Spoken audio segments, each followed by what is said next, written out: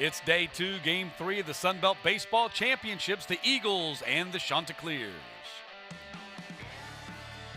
You're watching the Sun Belt Conference on ESPN as we welcome you back to Riverwalk Stadium in Montgomery, Alabama. It's our third game of the double elimination bracket here on this Wednesday evening as the number 9 seed Georgia Southern Eagles take on the number 1 seed and regular season champion Coastal Carolina Chanticleers.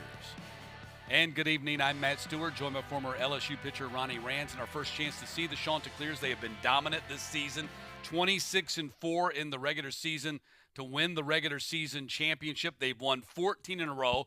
They're ranked number 11 in the country in the D1 baseball top 25, playing a Georgia Southern team that came out of the elimination round with a 13-8 victory over Arkansas State last night. Yeah, I mean, Georgia Southern's on cloud 9 right now the way they played last night, but I'm really excited about seeing Coastal Carolina. They are one of the best teams, not only the best team during the regular season in the Sun Belt, one of the best teams in the country. A lot of folks are talking about this team being in Omaha, Nebraska at the College World Series, so that trip and that journey starts today. Absolutely. For the Eagles, a performance for the history books from Juju Stevens last night. I mean, Juju Stevens' story is incredible. Look right there at the top line. He was hitting 182, 4 for 22 on the season. Little used player, had 1 homer.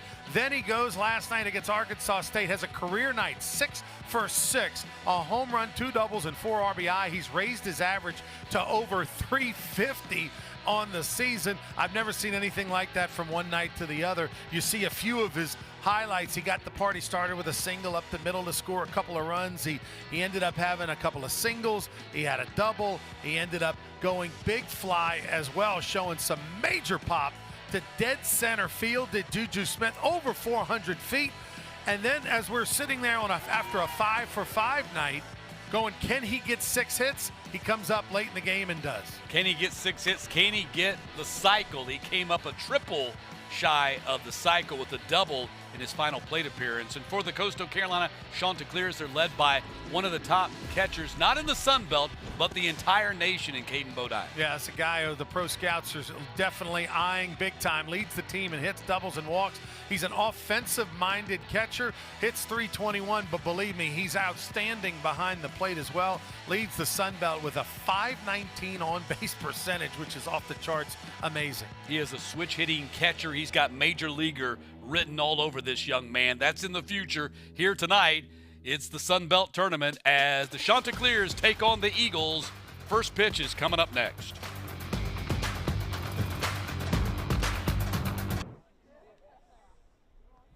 Back in Montgomery, let's take a look at the Bank Plus batting order for the Eagles coming off their victory against Arkansas State last night. Tate off the top, first team all-conference outfielder. Sinise, the third baseman, followed by White at catcher. Hurlholz, the first baseman. We did a double take last night when Stevens was in the lineup at DH. We're not doing a double take tonight after what we saw last night. Jamie in right field batting 6th, followed by their power-hitting shortstop Parker batting 7th.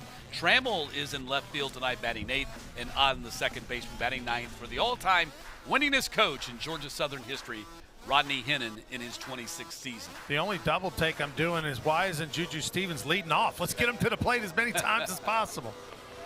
Well, he did a lot of damage in the 5-hole last night, and that's exactly what they got him again here tonight. And they're facing Riley Eikhoff, fifth-year senior right-hander, 5'10", 185, out of Bristow, Virginia, and Patriot High School. He's had a nice career with the Chanticleers and gets the ball to start tonight. Yeah, the senior veteran is making his 14th start of the year. He does have 1 complete game this season, a total of 65 and 2/3 innings pitched. He's given up a hit per inning. He's struck out 52, and how about that number? Only walked 7. He has plunked 7, so that is tremendous command. Opponents are batting right at 256 against him. In his last start against ODU, he worked 2 innings, gave up 2 hits, 1 earned run, struck out 2, didn't walk anybody back on the 17th of May. Chanticleers fielding 976 on the season. And we'll see the defense behind him in just a moment. The Bank Plus defense with Bodine behind the plate. When you start with that guy at the top of your defense, you know you're really good. Thorndike at first base, Barthel at second, Barango is the shortstop, Mitchell at third, Alexander in left, Sykes in center, and Pato in right field. And let's take a look at the Ronnie Rance keys to the game. Now the keys for this ball game, obviously for Georgia Southern, they just want to keep it going from yesterday, keep that momentum, repeat what they did a day ago. They swung it big time. And then for Coastal Carolina, act like the lead dog and the big dog that they are. They are in fuego. They have won 14 games in a row.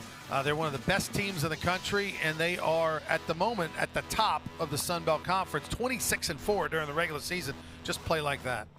Won 9 straight Sun Belt series after losing to Troy out the gate, and swept 6 straight conference series. So they have an 18-game winning streak in conference games, 14 wins in a row, including a victory over a team that at the time was number 2 in the country in the Clemson Tigers. Yeah, keys to the game brought to you by LafayetteTravel.com. Go check out Lafayette, Louisiana for the best food in the state. I'm all about that. So here we go. Eikhoff on the mound and Josh Tate leading things off for the Eagles. Tate had 1 hit last night, got on base twice. Conference leader in hits with 87, and the top batting average in the conference at 367.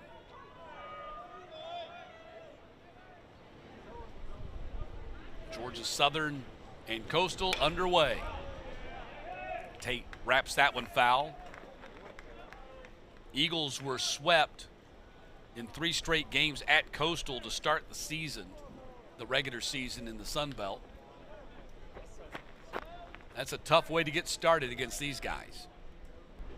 0-1 pitch to Tate, hit in the air and drifting out behind second base. Barango has it for out number 1. It's a moderate 84 degrees and feels like 84 degrees because the humidity, as we've noticed throughout the day, starting this morning, it was like 75%. It's down to 32% tonight. Wow, it's like a spring day. Yeah, with the wind dropping down to 8 miles an hour now from the northwest.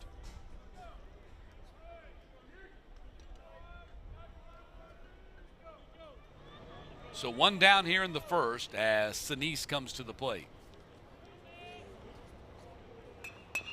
Bouncer up the middle, backhanded by Barthol, throwing across his body, and the scoop at the other end by Thorndike for out number 2. Very nice play by Thorndike over at first base, made that look easy. 2 quick outs, and you can see the sink on the pitches by Eikhoff. Nice play, but momentum headed towards third base. Just trust your first baseman, throw it over there somewhere. He'll bail you out and make a play. Only 47 errors for Coastal Carolina this season in 55 games, so a really good defensive team. And here's the catcher, Sean White.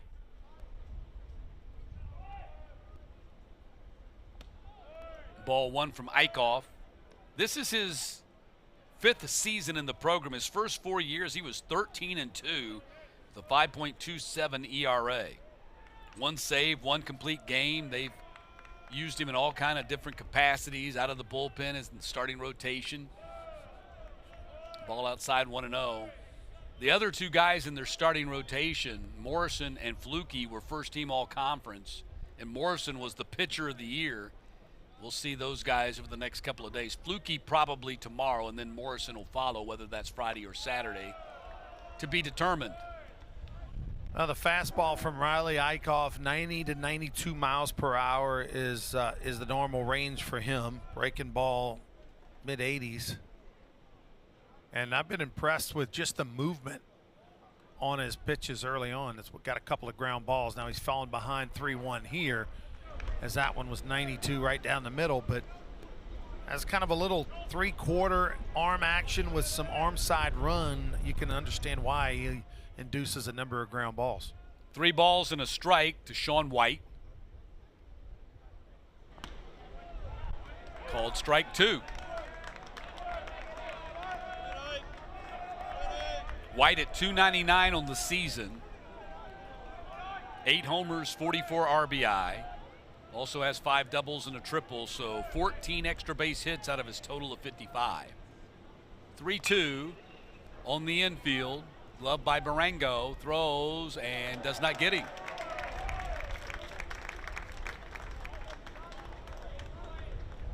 Ball hit hard up the middle by Sean White, just far enough towards second base to where no chance to get him at first. This would have taken an extraordinary effort.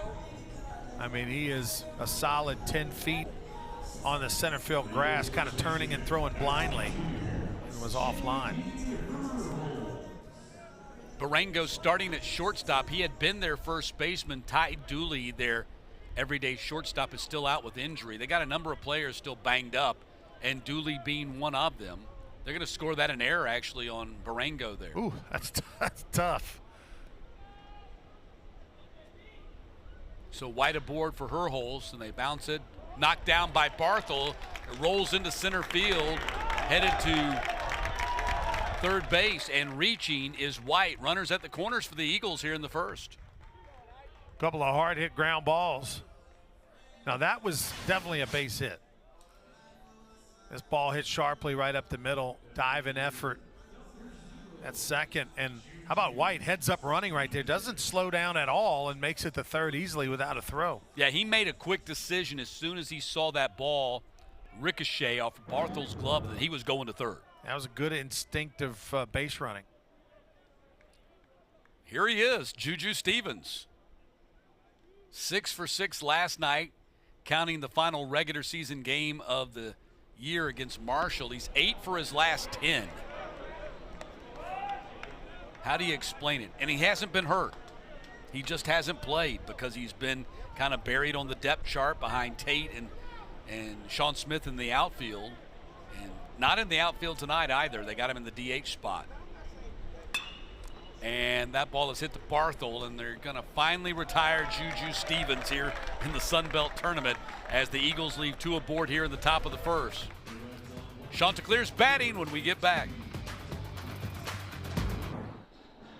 Heading to the bottom of the first, our first chance to see the Chanticleers grab the bats, brought to you by Bank Plus with Bodine, the catcher, leading off. When's the last time you saw a catcher leading off? Well, Bodine is. Alexander is batting second and left. Mitchell in third base is batting third. Barthel, the second baseman, batting fourth. Chad Bourne, the DH, batting fifth. Pato in right field is batting sixth. Barango is the shortstop, and he's batting seventh. Thorndike, the first baseman, is batting eighth. And Sykes in center field is batting ninth for first-year head coach Kevin Schnall, who is the Ron Maestri Coach of the Year, following in the footsteps of Gary Gilmore and leading the Chanticleers to one of their best regular seasons ever, which is a big statement considering all the great regular seasons they had coming through the Big South and now in the Sun Belt. And Brady Penley on the mound for Georgia Southern, the junior out of Dalton, Georgia, at 6'1", 167. Penley is making his 6th start of the season. You see his numbers: 4.5 earned run average, 57 innings so far this year, 2-to-1 strikeout to walk ratio. His last start came against Marshall when he worked 2 innings on the 16th, gave up 5 hits, 6 earned runs, so he was knocked around a little bit. So facing this very powerful Chanticleers order. Now, it's a little bit different from some of the coastal teams that you may have grown accustomed to seeing over the last couple of years. They don't have as much bang in their batting order. They don't have the home run ball like they've had in the past, but they are certainly just as potent. They led the Sun Belt in runs scored in conference play. And here's a look at the Bank Plus defense for the Eagles. White behind the plate, Herholz at first, Odden at second, Parker at short, Sinise at third. The one change is Trammell in left tonight with Tate in center and Jamie in right.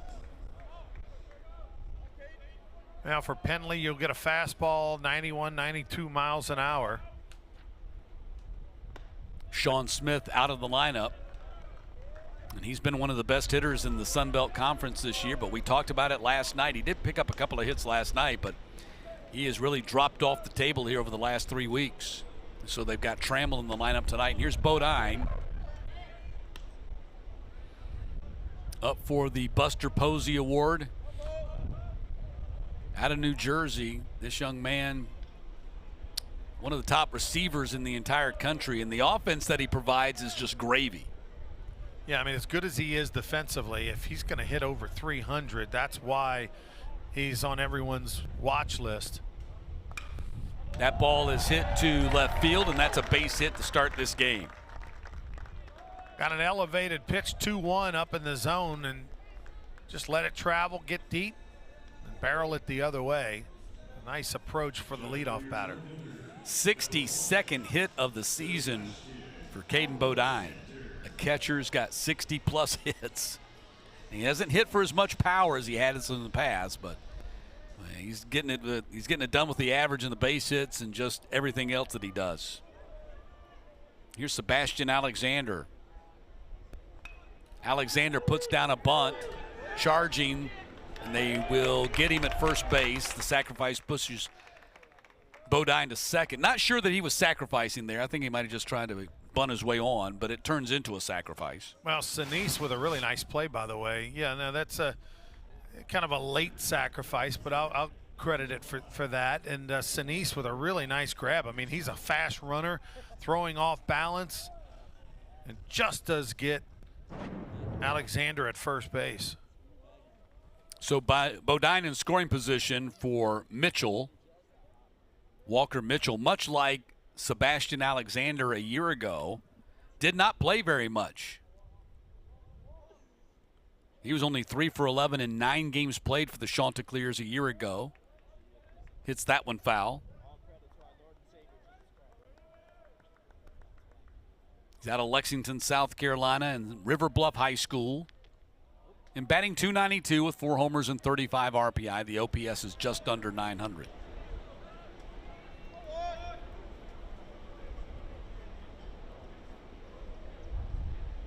Oh, 0-1 pitch.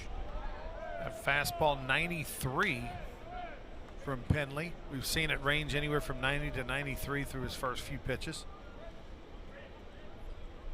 You know, the key for Penley is the key for a lot of pitchers. He's, you know, in 57 innings, he's allowed 33 free passes, 24 via the walk, 9 via the hit by pitch. So that's the main thing he's got to contend with. Opponents are batting .275 against him, which is a little higher than Eikhoff's .256. The difference is Eikhoff's only walked 7 on the year, so that's why the ERA and the numbers are a little bit lower. 1-2 pitch outside, 2-2. Penley, a Dalton catamount coming through high school. His first 2 seasons pitched very sparingly with the Eagles, only 11 relief appearances and a 6.60 ERA in 15 total innings over 2 seasons. Command was the issue, 17 walks and 11 strikeouts. That ball is hit well to left field and caught on the track. Bodine will have to go back to second. Nice play by the new left fielder, Trammell, new to the lineup tonight, and there's 2 down. Well, that was a big-time play by Trammell because that ball was really hit well out to left field. And that's going to roll around for a double, maybe a triple, depending on how it kicks off that wall. And that run's going to score if he doesn't make that grab. Gets Barthol to the plate.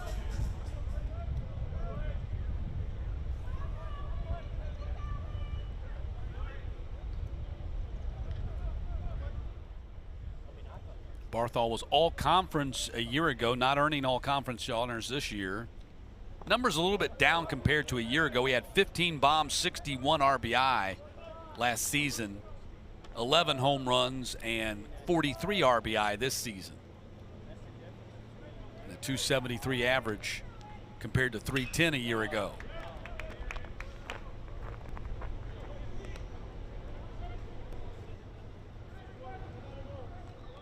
But he's a guy they trust a lot. They've got him number 4 in the order. He's a guy that can carry the team on his back, even though the numbers might reflect a little bit of a slide from last year, just a little bit, not a big one. He's also a guy who can be troublesome on the base path, 11 for 14 in stolen bases. They do have 1, 2, 3, 4 players in their lineup that have 11 or more stolen bases. 1-2 pitch is bounced to the right side of the infield. The shortstop on that side of the bag takes it and throws him out. And the inning comes to a close as they strand Bodine on the bases. Heading to the second, scoreless in Montgomery. Top of the second inning in Montgomery, Matt Stewart, Ronnie Rance, Riley Eikhoff back out there. In a scoreless game here as the Eagles get ready to bat in the top of the second with Jamie Parker and Trammell due up. Eagles are 28-29 on the season, went 13-17 during the regular season. Reached the tournament as the number 9 seed. They've been in the finals 5 of the last 8 seasons, including last year as the number 5 seed. They got there going 3-1 before being beaten by Southern Miss in a dramatic championship game, 14-11. They've been oh so close to getting back to the NCAA tournament as the automatic qualifier. They got there in 2022 as an at-large, hosting the regional that year. But they have not gotten into the tournament as the automatic qualifier since 2014, their final year in the SoCon. But they've been close under Rodney Hennon, and he always has his team ready to go in tournament play.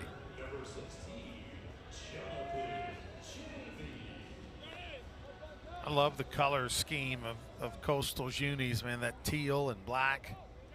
It white. Pops. Yeah, it really looks good. Yeah, it does. It's a good color combo. Jamie leading off the inning for the Eagles.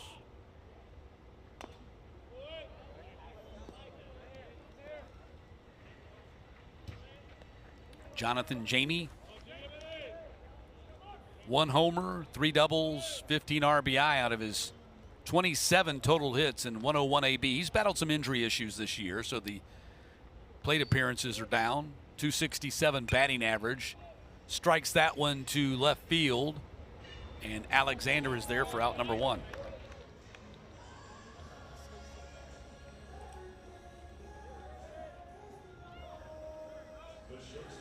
There's Rodney Hennon passing by the legendary Jack Stallings this season, becoming the all-time winningest coach in Eagles history, now with 882 wins. Well, the cool thing about that story is the game where he broke the record, he got kicked out of the game against Campbell on the road. He didn't even get to finish the game, but he gets credit for the victory. Typical Rodney Hennon. That shows you just how important getting that record was to him. He was more concerned about a call on the field that he got so irate that he got tossed from the game. So at the end of the game, instead of getting the victory celebration with his team and the history-making victory, he was sitting in the locker room.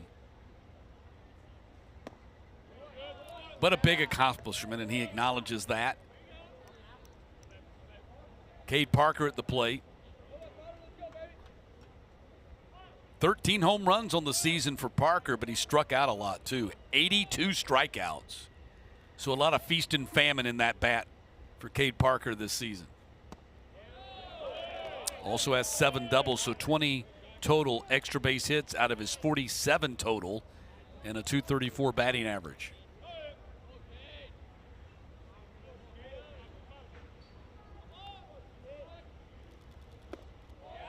Cade Parker from one of my favorite cities from my youth, Panama City Beach, Florida. When I hear the name Panama City Beach, Florida, I feel like I need a liquid IV. I think of airbrush T-shirts. License plates. The 90s were a great time in Panama City Beach. Went rolling down the strip in your Camaro. That was the 80s. The Camaro was the 80s. Okay, all right. The 90s was all about MTV Spring Break.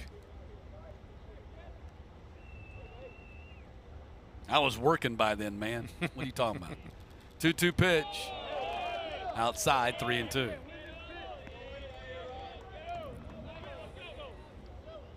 The Miracle Strip, right? That's it. I just remember Club La Vila. That was the place. You might want to just keep it right there. Now, Eikhoff doesn't get to 3 balls all that often. It's sort of newsworthy when he does. He only has 7 walks on the year in 65 2/3 innings pitched. It's a pretty amazing number. That's not even real, does it? Doesn't even sound real. How's that possible?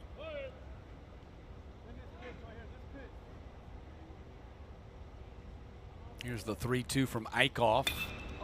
That ball is hit well to center field, and it's going to go out there and hit on top of the trade. What a bomb by Cade Parker as he lands one on the freight train rolling by.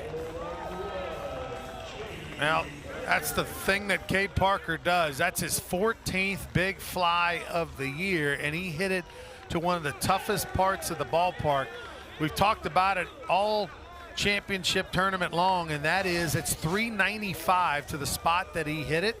The wind today is actually sort of blowing in a little bit left to right, and it didn't matter. That was gone as soon as he ran into it. Now watch where the ball landed. Okay, it landed short of the train. No, I thought it hit on the side of the train, didn't it? I think it hit right at the base. Let's go with that. Base of the train. Well, we'll see it again because I thought it hit the side of the train. That was a serious home run. It was no doubt a bomb, that's for sure. The deepest portion of the ballpark. Okay, watch the track of the ball. Look to the right of the scoreboard. Just to the right of the scoreboard. Okay. One hops the train. One hop the train. Okay, you're right. You've given up more home runs than me. So yeah, no, trust me. I got good eyes for those long fly home runs. So Trammell is out after the home run by Parker, giving the Eagles a 1-0 lead in this game. You know, as crazy as it sounds, sometimes it's better to just throw it in there and give up a solo homer than it is to walk a guy. You know, it's the law of averages are just on your side when you make the other team hit the baseball. And I know, wait, what are you talking about? One's a run and the other's not, but the other can lead to more runs down the road, whether it's pitch count later or whether it's this inning right now. It has a snowball effect on the pitcher. But credit Parker. I mean, he did not miss his 14th homer of the year. Luke Godden at the plate. He goes around.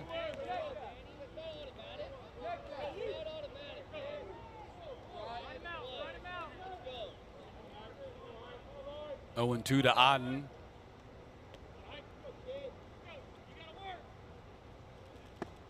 Called strike 3. Eikhoff comes back and gets the strikeout, gets the last 2 outs after surrendering the mammoth home run to Cade Parker. And a 1-0 lead for the Eagles as Parker one-hops the train out there in center field.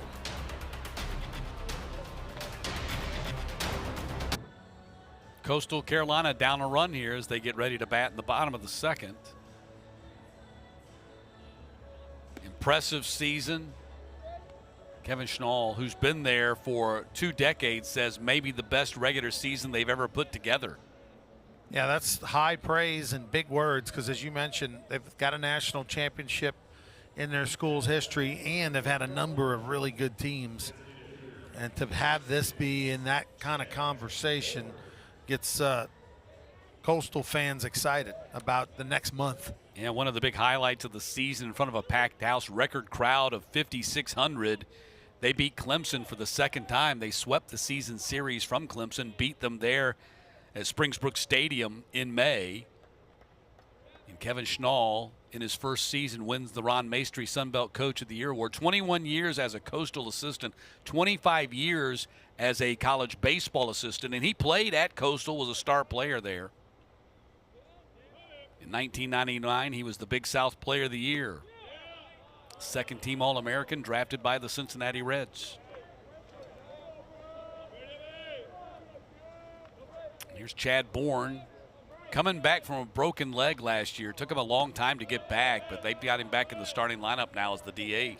Yeah, only 50 at-bats on the season, but obviously a 360 average. They'll take that. Yeah, suffered a broken leg in the series against the Cajuns last year. And there's a called strike. Disappointing season for Coastal a year ago. They came in here as the number 7 seed last year and got beat in 3 games. They ended up going to the regionals.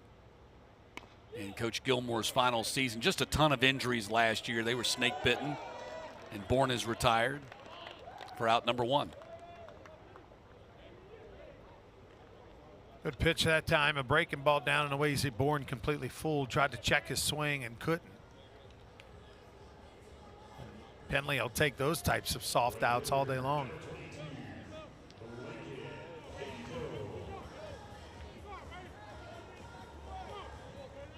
Blajin Pado steps to the plate. Transfer from Longwood out of Haymarket, Virginia.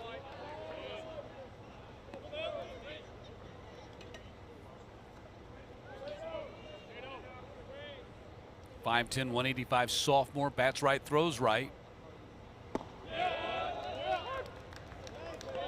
Only 64 at-bats for him this year. 15 hits, 3 doubles, 5 home runs, so 8 of his 15 have been for extra bases, so he's got some pop in that bat. And he's driven in 23 runs. They got a lot of options. They've got a very deep team and a very deep bullpen, which should scare any opponent. Ball hit to the shortstop, and Parker will throw him out.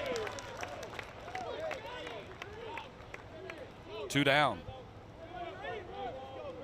Parker flashing some nice leather. Not only can he hit him off the choo-choo train, but he can also field it and pick it pretty well over there at shortstop.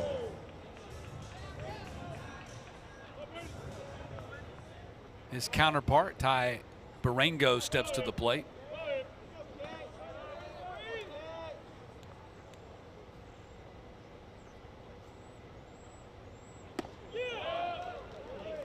Fastball from Penley, 92. It's what you want to see from Penley. You know, after your team goes out there and puts up a run, gives you a lead, you know, he's going out there and throwing strikes and working quickly.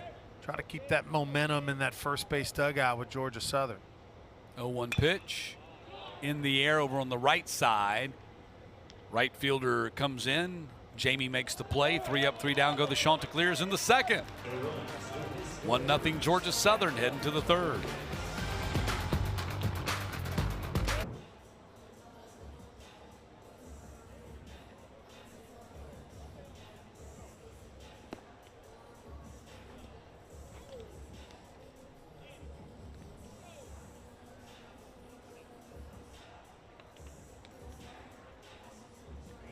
Top of the third, and Georgia Southern, the 9 seed, leading the number 1 seed Coastal, 1-0 as we have played 2 innings here in Montgomery in game 3 of our 4 in this first day of double elimination. Already one big surprise as number 6 Old Dominion beat number 3 Troy, knocking the Trojans into the losers bracket. So we know that in the first winners bracket game tomorrow, it's going to be Southern Miss versus Old Dominion, our first losers bracket game. Will be Texas State and Troy. Winner of this ball game in the winners bracket tomorrow against either Marshall or Louisiana. That's the last game today. So the results from these next 2 games are paired against each other tomorrow. Tate fouls the first pitch off. Riley Eikhoff on the mound. You know, there's so many players nowadays in this tournament. We've kind of noticed in the notes that their families are athletes. Yeah. And I think there's obviously something to that. Riley's mom actually played softball at Georgia Tech, his mom Christy, and got a couple of siblings. Tyler, who plays baseball at Virginia. Sister Emma. But usually when the moms are athletes, the kids are going to be pretty good athletes. Yeah, it's very rare that you have athletes who do not have any parents that played sports.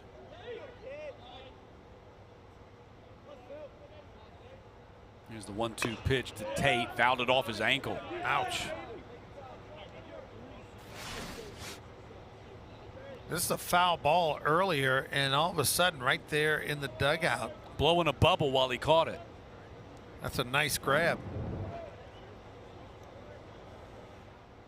That was Saladino, reached out there barehanded and just snagged that foul ball right off the screen. Well done. 1 ball, 2 strikes to Tate. And right at Barango for the out.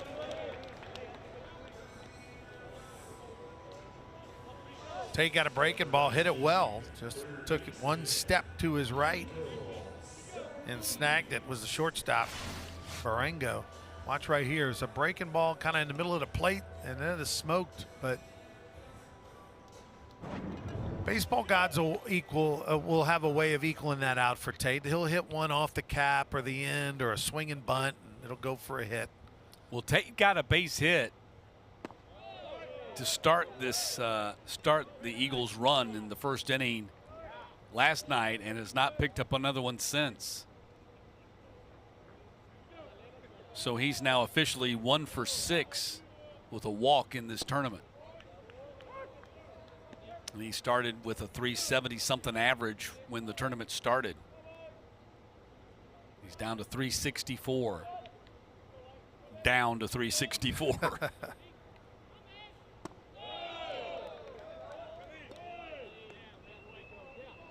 Sinise at the plate. Grounded out to the shortstop his first time up.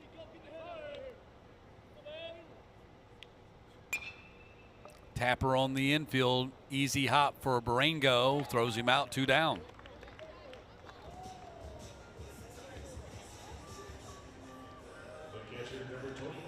Barango getting a little fielding practice. Yeah. That one was one of the easier ones. 4 of the 8 putouts by the Chanticleers have been balls hit to Barango.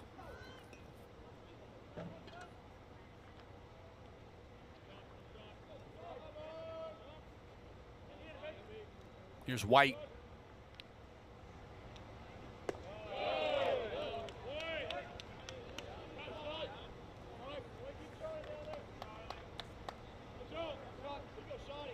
His cousin Caleb Kellogg played for the Cajuns several years back, and he's now in the Orioles organization.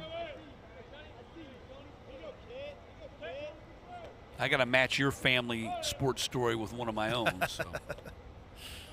Go for it. That's the best I can do with Sean White. Not bad, though. He's got a cousin in the minors.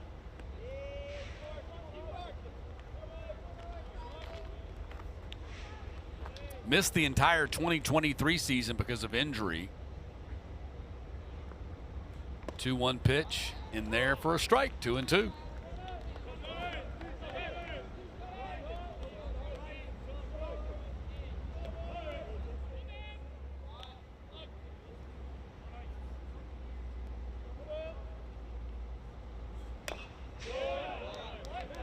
It was interesting in our conversation with Kevin Schnall that he talked about the last 6 weeks being stressful for he and his team.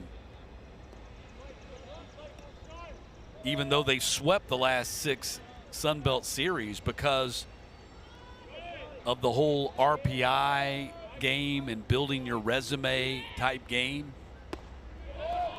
When you're a team like Coastal, you can't afford any slip-ups. Eikhoff gets the strikeout to end the top of the 3rd.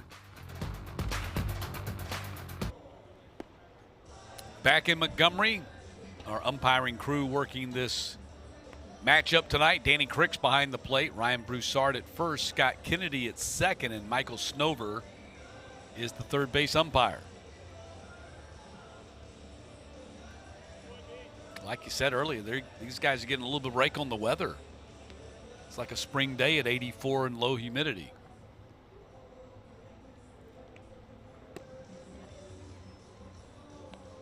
Yeah, I mean, that's bizarre to me. I don't know that I can remember a mid-May where the humidity went down and not up as the day went on. From morning hours, 9 a.m. to get to basically 6 o'clock and have the humidity cut in half.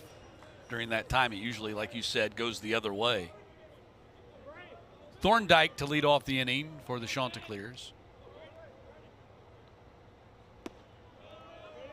Penley, by the way, if you're an Eagles fan, you're wondering, why is Penley wearing 44? Well, he's not. Typically, he's 99, wearing the 44 jersey.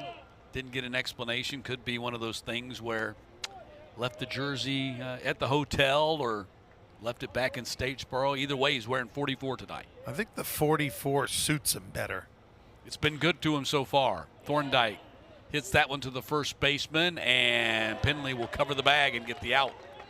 99 is not a pitcher's number. You know, I don't just that looks a little weird. 44 is, I feel like it's much more normal. And if he keeps pitching the way he is tonight, he's going to be wearing that for the 99 might be done. 99 is, was that Wayne Gretzky's number? 99's Wayne, and of course, Yankees. Aaron Judge, thank you. And any number of defensive linemen. Correct. That's right.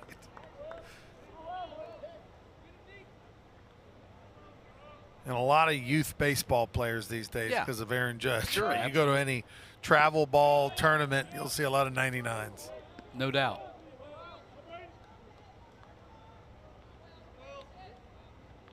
Got some phenomenal stars in the game. Judge, of course, stands out, and Ohtani the other. Ohtani's unreal.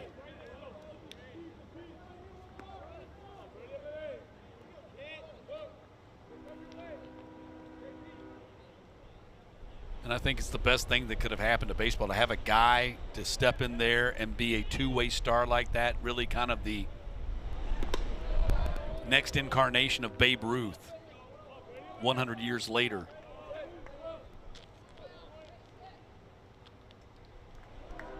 Here's Sykes. He's a transfer from the Citadel. Real free swinger. Doesn't strike out much, but he doesn't walk much either. So there's a good bet when Sykes comes to the plate, they're going to put the ball in play. Had a big game in their victory against Clemson that we were alluding to earlier in the game when they beat the Tigers in Conway. Had a big game in the field. Dean Mios is another one of their everyday players. We talked about Ty Dooley.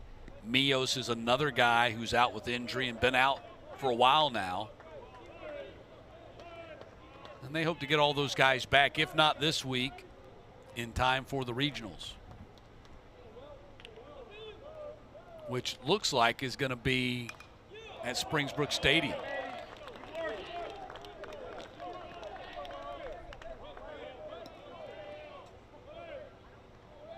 D1 baseball has them projected as a regional host with NC State as the #2 seed there. Oh, they definitely are a tournament host. Question is just what's the number? What's the seed? And I think the other question, you're right, is can they ascend to a top 8 national seed? Yeah, if they have a great week here and take care of business and win the tournament. And maybe some other, pieces fall into place for them around the country. Could happen. Called strike 3. Sykes goes down looking. Definitely a pitcher's zone today. Watch this breaking ball. Catches the upper quadrant.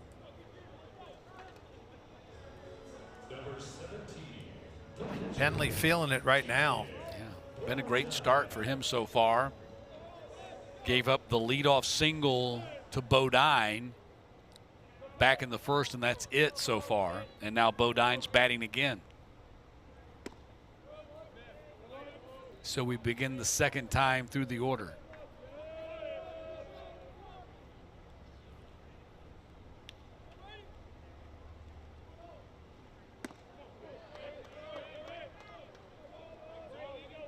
There was a base hit to left. There was a pitch up and in on Bodine, and he hit a solid line drive to the other way.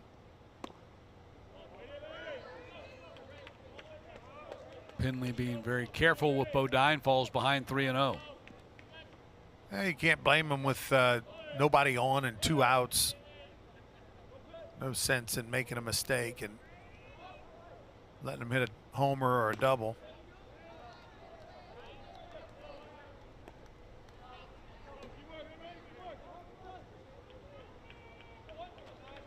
And Bodine is aboard.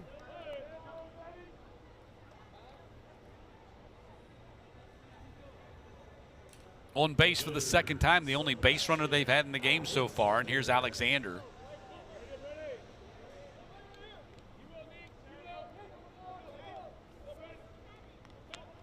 They're really excited about Sebastian Alexander. He's been electric for them. Coach Schnall will say, here's a guy that we joke could be batting third or not in the lineup at all. He'll do some things that are really ugly, and then he'll do some things where you say, wow.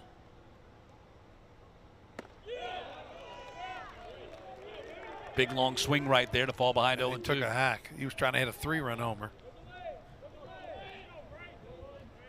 Third season in the Chanticleers program. Only made 13 starts a year ago, but has blossomed here in his fifth-year senior season. Line drive into right field for a base hit. Bodine hits second and heads to third. No catcher speed right there for Bodine. He got around from first to third. Yeah, with 2 outs, he was going on the crack of the bat. Yep. And an 0-2 pitch that got probably a little bit too much of the plate. Elevated fastball that didn't get high enough, and Alexander made him pay for it. So runners at the corners for the Chanticleers, and a chance for them to break through with Mitchell coming to the plate.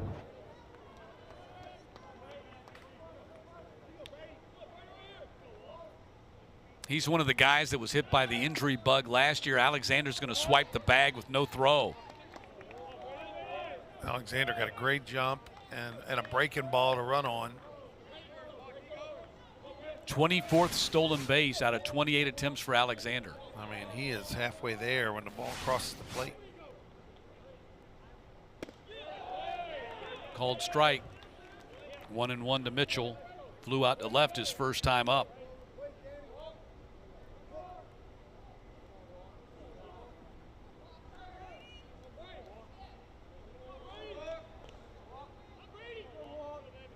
One pitch, hit to right field and going deep into that corner, and they can't come up with it. Jamie made a sliding attempt, run scores, 2-run score, and Coastal has a 2-1 lead. That's going to be a triple for Mitchell. Yeah, off the bat, it looked like a routine fly ball to right field. Yeah, it was a little bit towards the line, but it ended up being a much trickier play than we thought. Watch right here. Ball is skied out there. No real wind to talk about. You see the flags just sort of limp. So that ball just was slicing away from the Georgia Southern right fielder, Jamie. Second triple of the season. Yeah, really nothing happening up there with the wind. That ball was just had a little spin on it, and Jamie just didn't see it real well. Had the slice on it, right? Just slicing away from the outfielder. 2-run score and a 2-1 lead for Coastal. And here's Barthel at the plate.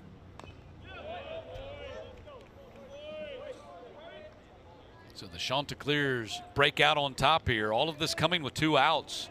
Started with the walk, being careful with Bodine. You've got no one on with 2 outs. You have a 4-pitch walk to Bodine, which in that moment you think, oh, it's not the worst thing. And then here we go.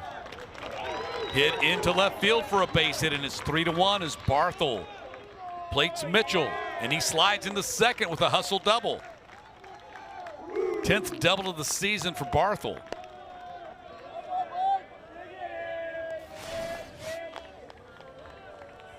Ball's down and in and just sort of inside outs it, and he's thinking 2 all the way. Like there's no take a turn and see what happens. As soon as he hits it, he's thinking 2 out the box. Slides in there safely. And this is what Coastal can do. They can score you in a quick hurry, and that's what they've done here. 2 were down, and then 4 batters later, they have a 3-1 lead. Hot shot going to get in the left field. Barthel, they wave him around third. He's coming to the plate, and they cut it off there. They got the man in the rundown between first and second. They'll get the out there, but Coastal adds a 4th run in the inning on the base hit by Bourne, who gets tagged out between first and second.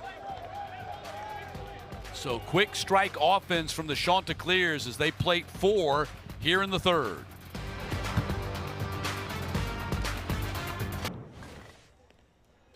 Here's a look at the Sun Belt Conference award winners here in 2025. Nick Monaster from Southern Miss, the Player of the Year. Jacob Morrison from Coastal, the Pitcher of the Year. We'll see him in a couple of days. Caleb Freeman from Georgia State, the Newcomer of the Year. Tyler Lechtenberger, the shortstop from App, the freshman of the year.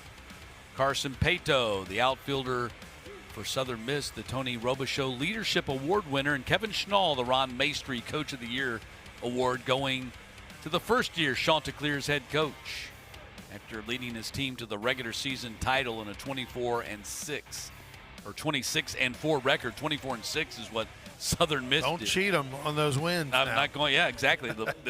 The extraordinary thing about that is that Southern Miss went 24-6 and didn't win the title. Of course, the two teams did not play during the regular season. 26-4 is an amazing record. Doesn't matter the conference, the level. That is complete dominance. They once went 30-0 in the Big South Conference. That's hard to believe. That was one of their 50-win seasons, I believe.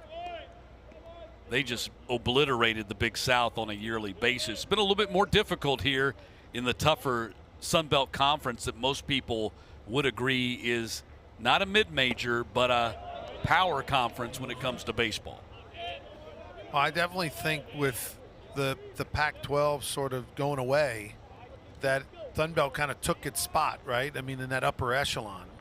And, you know, it's got a league that should get 3 and 4 teams every year and probably make an argument for 5. I thought it was kind of a nice way of saying it disintegrated.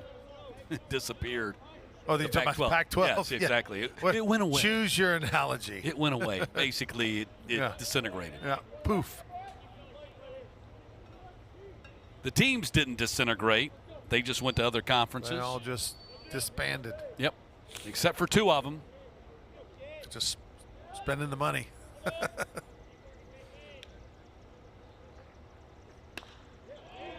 Ball is hit into center field for a base hit. So Herholz answers with a base hit to start the 4th. That's his second hit of the game. He had a hard line ground ball off the second baseman his first time up.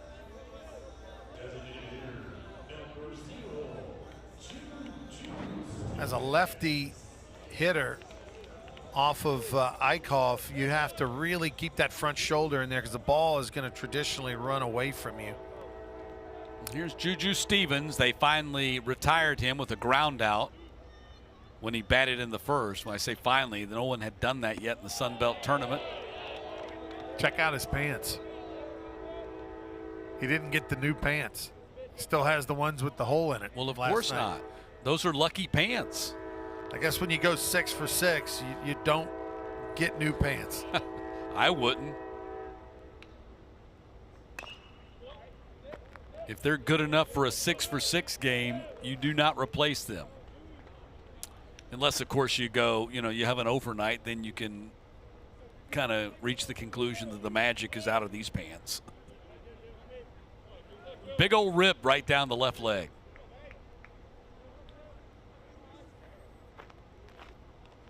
One, swing and a miss, and it's 1-2. He was in the opening day lineup and then just kind of disappeared. You'll look through his, the season summary, and he'll have a game here and a game there. I mean, he only played in a few Sun Belt games. He only had 22 at-bats on the year. Yeah, a lot of that, most of that was non-conference. But as you mentioned, coming out of high school, I mean, he was one of the top prospects in the state coming out of Connecticut. And then he played at Missouri for 3 seasons, not a lot, but played there with the Tigers before transferring to Georgia Southern this year.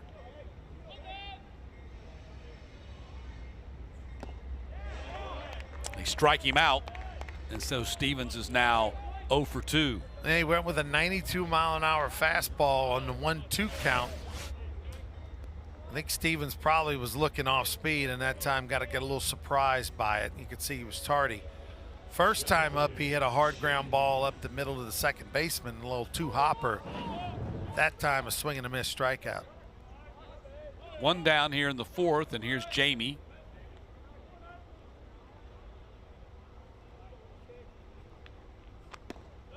Jamie would like to, no doubt, redeem himself. Not that he did anything wrong on that fly ball into the right field corner, but he couldn't come up with it, made a diving effort after it.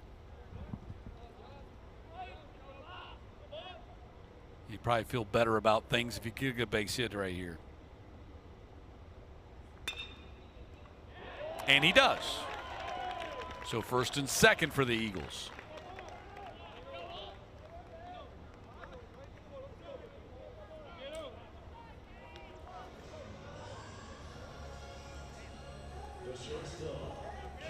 Well, against Eikhoff, you know you're going to see strikes. So as a hitter, your mindset has to be probably want to swing at one of the first two pitches so that, you know, you have a chance to maybe attack something manageable. Eikhoff's whole MO with only 7 walks before this game this season is to just pound the strike zone, which means he's going to be 1-1 probably at worst.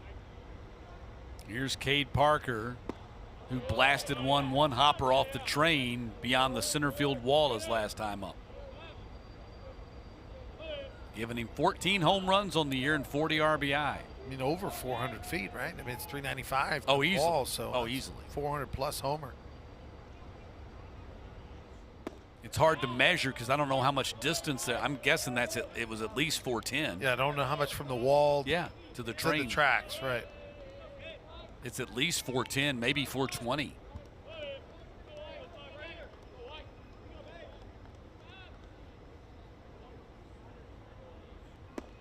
Chased a breaking ball way out of the strike zone. Those are 3 really good spinners.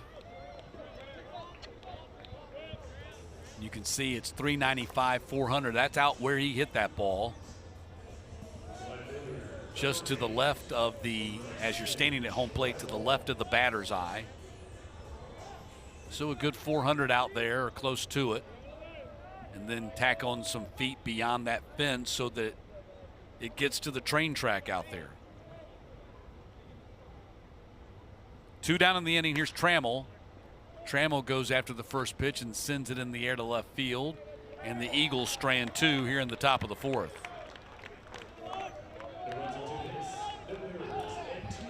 Heading to the bottom half, the Chanticleers on top 4-1.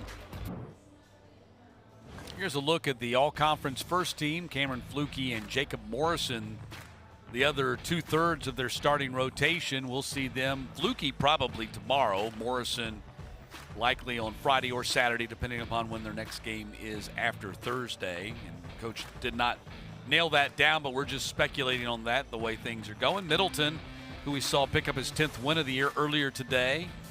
Colby Allen did not pitch in that victory against Texas State. They didn't need him. It was 9-1. Caden Bodine, you're watching right now. Calvel, the first baseman for Troy. We'll see him at 9 a.m. tomorrow.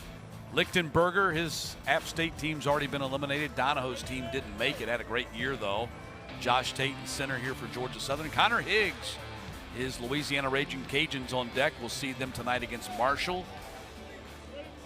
And there's Josh Tate. Great season for him. Yeah, I mean, just a veteran guy who's played a lot of baseball, over 100, about 150 starts in his college career. 87 total hits this year.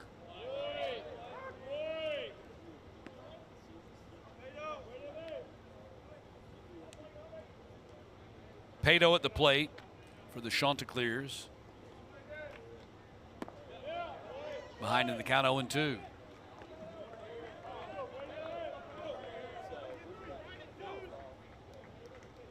Yeah, Tate probably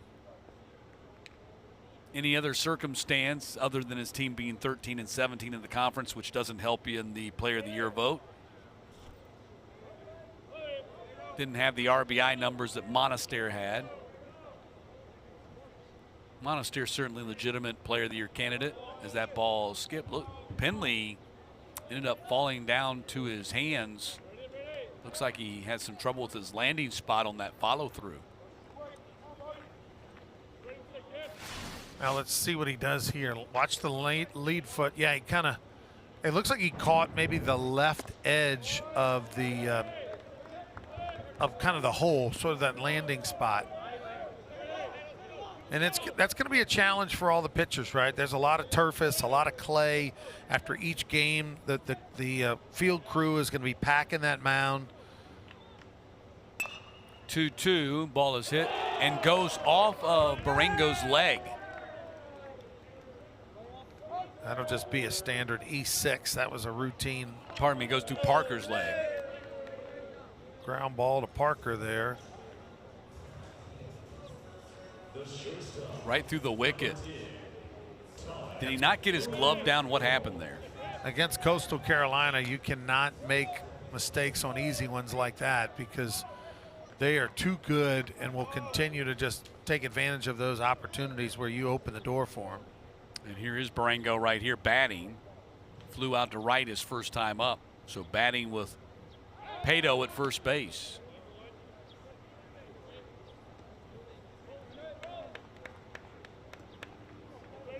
You're exactly right. You cannot gift Coastal any opportunities. They will score in bunches as they did in the third when they put 4 runs on the board.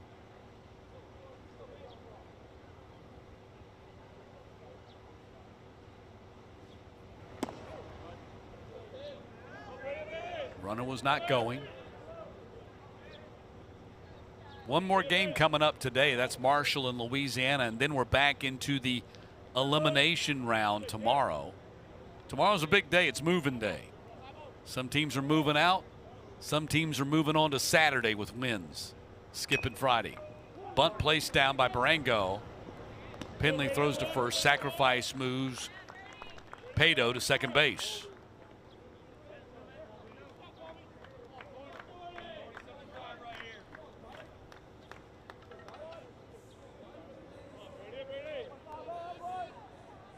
That'll get Thorndike to the plate. Now for Barango, that was his 5th sacrifice bunt of the season, which is second most on the team.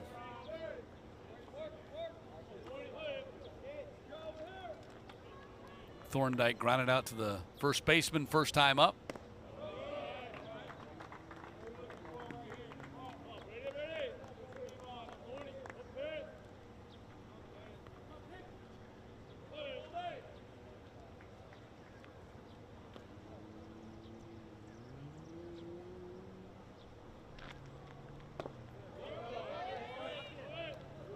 Fastball velocity now at 90 miles an hour by Penley.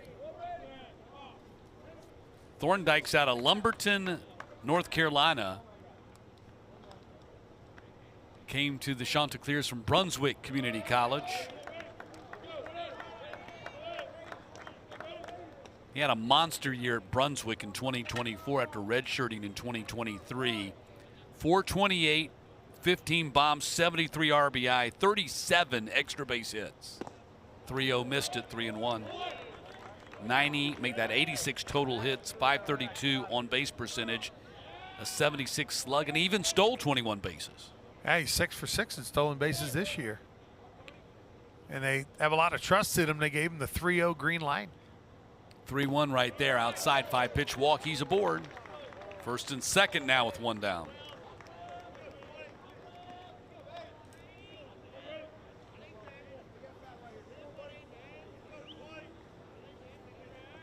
That'll get Wells Sykes to the plate. Number 20, Wells Sykes.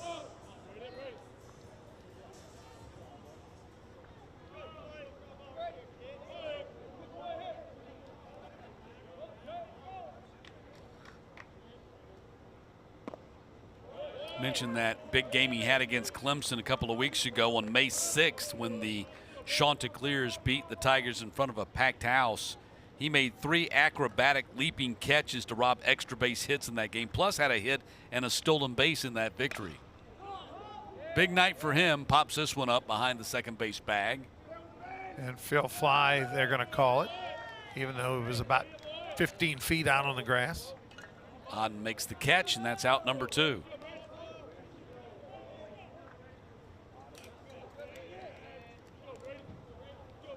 Back around to the top of the order in Caden Bodine. This guy has earned all conference honors of some sort every year he's been on campus. with the Chanticleers. This year, first-team catcher. Last year, second-team catcher. 2023 was the freshman of the year. Ball goes to the backstop. Everybody moves up 90 feet.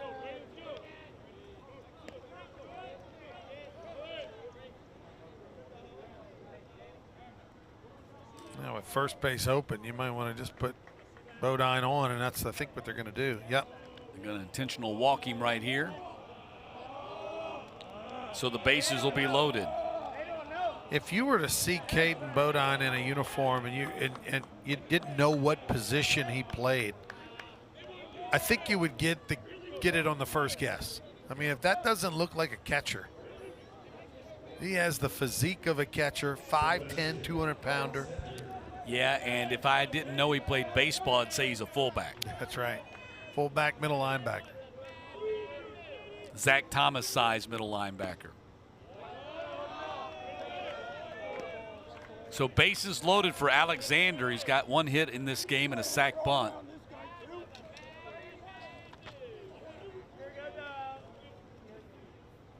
(1-0) fouled off. Started his career at Kent State, played only 2 games for the Golden Flashes as a freshman in 2021. Then went to Phoenix College.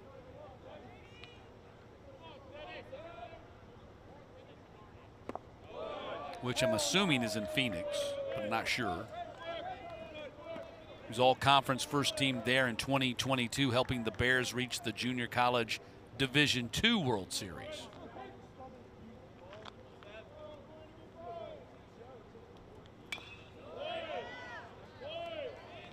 Count goes 2-2 to Alexander.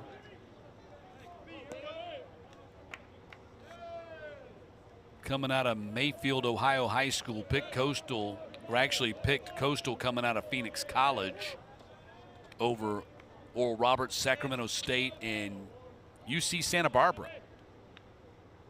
2-2. So pick the Chanticleers over the Gauchos. Interesting that Phoenix College mascot is the Bears. You don't think of Phoenix, Arizona as the land of bears. No, you would think more like road runners, rattlers, snakes, cactus, something, not bears. And it hit him with the bases loaded, run in, it's 5-1.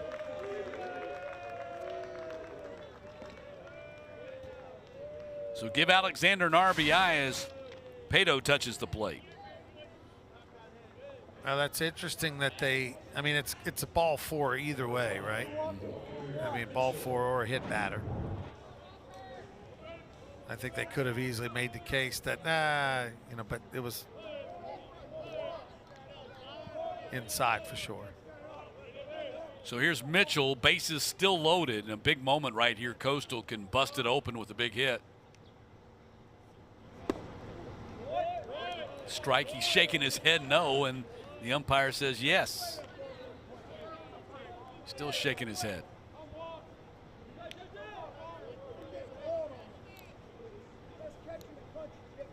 His dad, Alan, played football and baseball at South Carolina. Counts 0-2.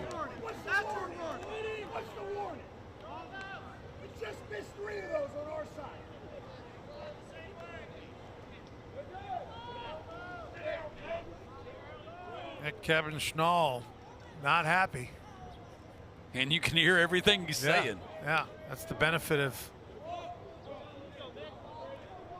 microphones and early week crowd. We can hear, early in the week crowd, we can hear everything. And Schnall just got a warning from the home plate umpire about arguing balls and strikes. Yeah, you could hear him questioning the umpire. What's the warning about? You just missed 3 like that.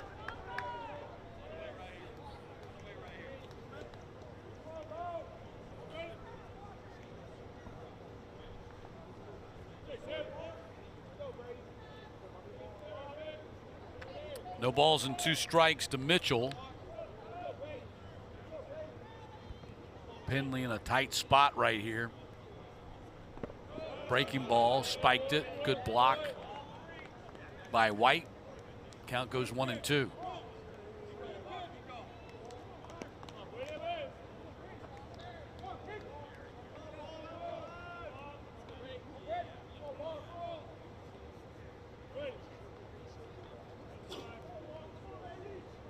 One ball and 2 strikes. Chased it, and Penley gets a big strikeout with the bases loaded to end the inning. Coastal adds 1, but they strand 3. Heading to the 5th in Montgomery, and a 5-1 lead for the Chanticleers. Top of the 5th in Montgomery, and the 3rd of our 4 first day double elimination games. We've already seen Old Dominion beat Troy today 4-2, and then we watched as Southern Miss defeated Texas State 9-1. And here the Chanticleers, the number 1 seed, playing their first game of the 2025 Sun Belt Championships, have a 4-run lead.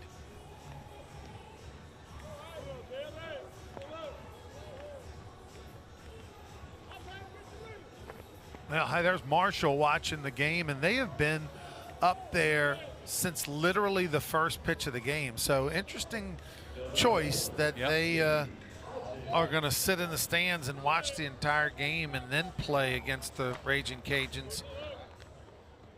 Now, the weather, as we pointed out, is actually very moderate.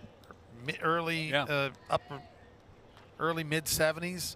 With humidity in the 30s, so I mean it's not a bad night to sit there. Normally you would not want to be sitting in the stands for 3 hours if you're going to play a game in your uniform and all that kind of stuff. But Marshall's, excited to be there at the Sun Belt Tournament Championship. So, I mean, how long can you sit in the hotel all day? Or you could go maybe an indoor practice facility or something, a baseball field to warm up. But they just said, you know what, we want to go to the game.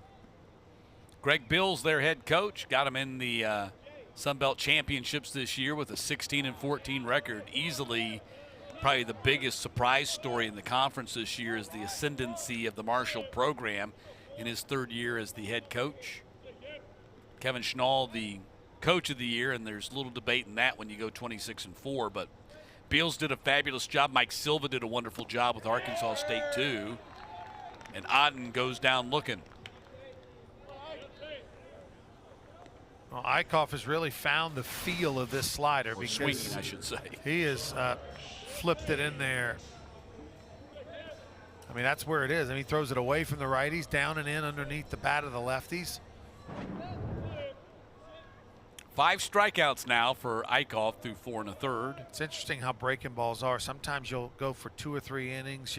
Everything you throw is right where you want it, and then it'll just lose. You'll lose it. You can't get the feel back for another inning or 2.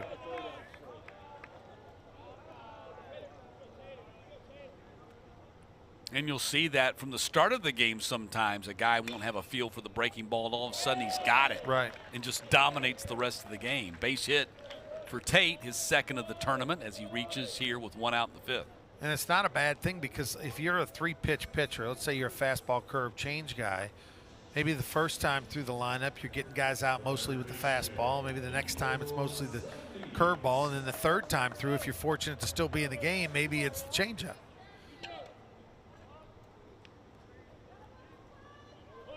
Sinise has grounded out to the shortstop each of his first 2 times up.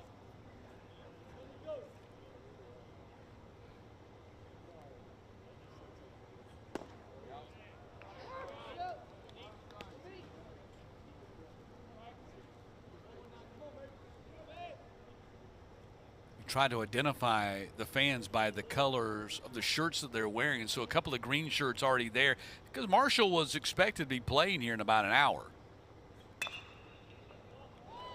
Ball's going to bounce into left field. Sinise reaches with his first hit of the night, and to aboard here for Georgia Southern in the 5th. Yeah, 91-mile-an-hour fastball by Eikhoff, and Sinise powers it through the left side.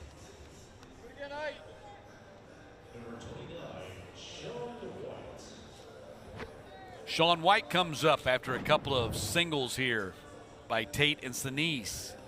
Give him a 1st and 2nd situation to bat in. Georgia Southern, to this point here in the top of the fifth, is actually out hit Coastal 6-5 in this game.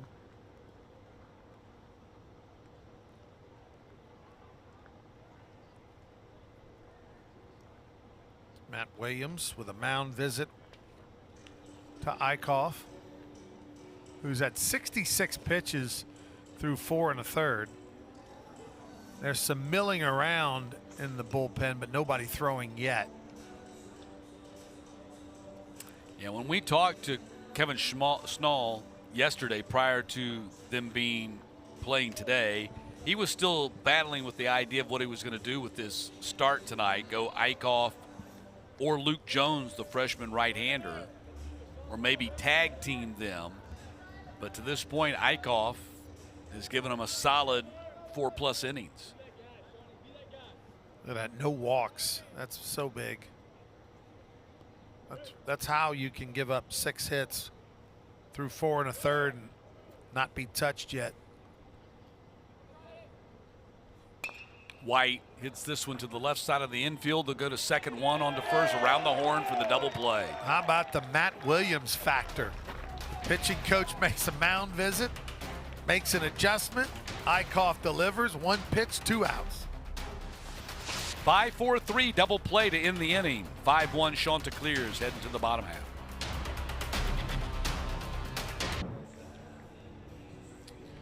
Welcome back, everyone, to Montgomery, Alabama, the home of the Biscuits. And this week, it's the home of the Sun Belt Championships, Sun Belt Conference Championships. We are day 2, and we've got ourselves a good one. The Coastal is the number 1 team in the conference this year, has played like it so far in this one, but Georgia Southern is sticking around. Brady Penley still in the game. Both starting pitchers, both in the game here as we move to the bottom of the 5th. On deck will be the Ragin' Cajuns and Marshall, a little bit later than obviously both teams started. Figured they would be starting. That game was scheduled for 7:30 p.m. Central Time. Clearly, it will not be. But first off, Georgia Southern trying to see if they can climb back in this one. Coastal leads at 5-1. Brady Penley there, you see the starter came in with 3 wins on the season and a 4.5 earned run average. Still pitching here in the bottom of the 5th inning. He's given up 5 runs on 5 hits. Georgia Southern has committed 1 error behind him. He has thrown 75 pitches so far, and they still have him out there. Of course, obviously in a double elimination type tournament, you want your starters to go as long as they possibly can early in the week, and then here he is facing the leadoff, or excuse me, facing the number 4 hole hitter, Blake Barthel. 1-1 to Barthel. Run scoring double for him last time up back in the 3rd. His 10th double of the season. 21 total extra base hits for Barthel out of his 54 total. And he's driven in 44 runs this season. OPS is just under 900. 403 with the OBP and 495 slug, equaling 898.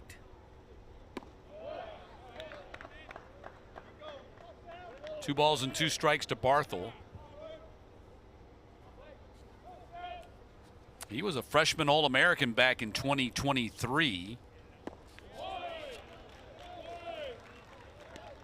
Yeah, that time Penley didn't mess around. 2-2 pitch, went fastball away, 91 miles an hour, and won the battle against Barthel. 1 down in the 5th. Chad Bourne comes to the plate.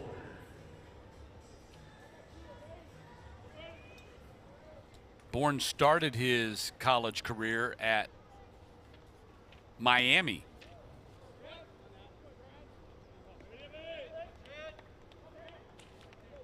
And an RBI single in the 3rd.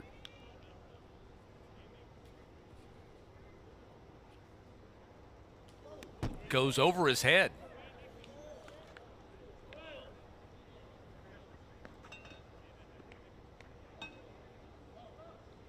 Two balls and no strikes to Bourne.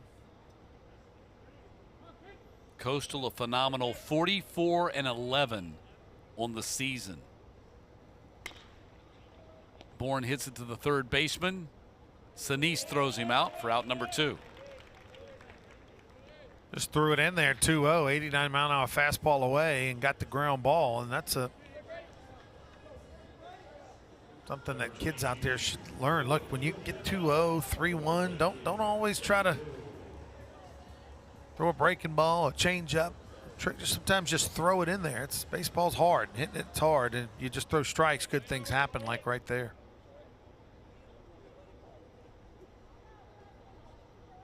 Plato at the plate.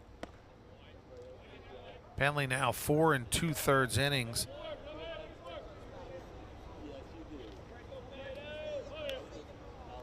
He's only gone 5 or more innings 4 times this year. Hit off the end of the bat. Little nubber gets by Penley. Nobody covering first. Plato gets a base hit by rolling it into no man's land. He's kind of laughing about it a little bit because sometimes you feel guilty as a hitter when you get a base hit like this. Hits it off the cap. I mean, literally off the end of the bat, and it just was a perfectly placed ground ball. How about the effort right there by Penley, showing some athleticism? Yeah, he did. He went diving for the ball, but would have been better for him to just beeline it for first base. Probably and let the first baseman take it. Right. That was the play, right? Now, it's easy for me to sit here in hindsight and break down the play and say you should have done this, you should have done that. But that's probably the way it should have been played. They do teach you to, when you release the pitch, to have a direct path to the ball, to the base. And if the ball is to your left, you're not to banana. You are to run straight and allow the second baseman or the first baseman to go get it, because even if you do catch it, if you dive and catch it, then you're rolling around. What are you going to do? What are you going to do? You're rolling around on the ground with the ball in your glove. You're not going to throw him out. But the instincts take over in that situation. The ball's rolling to you. You've been a baseball player since you were 6 years old. Yep. Your instincts are to go get the ball. And what you've been taught goes out the window. Runner goes, throw down, and safe with the stolen base. So Plato now, after hitting the ball off the cap of the bat, is in scoring position. Yeah, that's only his second stolen base of the year. He got a decent jump, and then also they guessed right on the pitch. It was a breaking ball inside at that.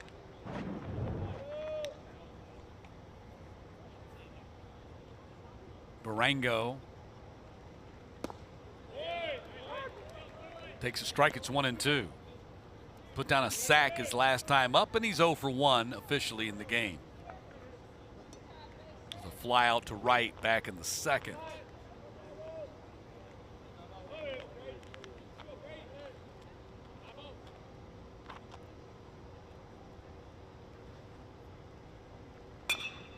Back up the middle and going to get in the center field for a base hit, and the guy who hit the ball off the cap of the bat just scored. And it's 6-1. Isn't that wild how baseball is? Penley's throwing the ball well. Gets an excuse me base hit. All of a sudden, stolen base on a breaking ball. One base hit, and you've given up a run. It happens that quickly. Yeah, and it kind of goes back, and I'm not trying to beat up Penley on that play, but it goes back to not playing the play defensively the way you should have, allowing him to get to first. He steals second, base hit up the middle, a bouncer that bounces like 5 times through the infield and into center field, and you got a run on the board. But this is what Coastal does so well, which you've said a number of times already tonight. They get opportunities, and typically they cash in or they make opportunities. Yeah, they're just good teams do that. Yeah. We saw that out of Southern Miss as well. And you just can't, against those upper echelon teams, you just can't keep giving them opportunities. You give them opportunities, or they create opportunities themselves by being aggressive, by doing things, the little things, they get a run across.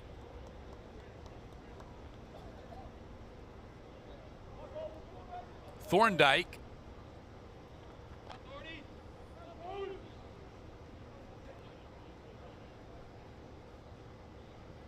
Oh, 0-1 to Colby Thorndike.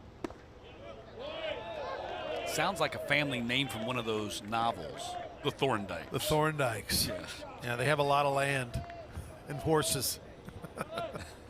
Exactly.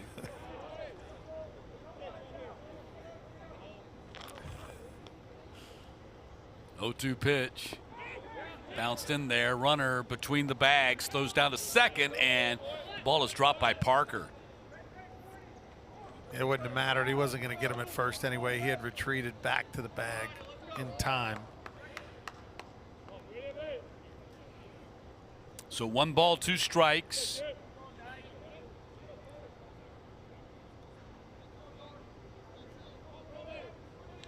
Thorndike picked Coastal over North Carolina and UNC Wilmington in his recruiting process. Ball hit to the left side, going to bounce through the shift into left field for a base hit.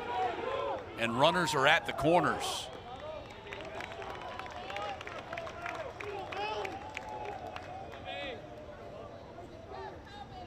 So how about that? Thorndike looks at that big hole on the left side of the infield and say, I'll just bounce it through there.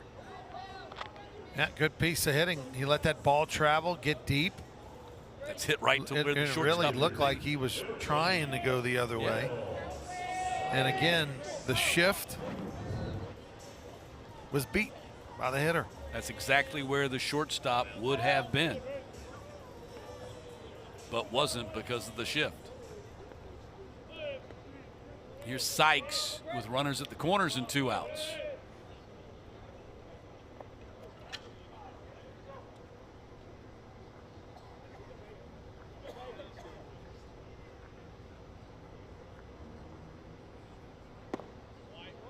Ball 1 to Wells Sykes, a Citadel grad. Mad respect to anybody who goes through the Citadel program because it's a different kind of animal.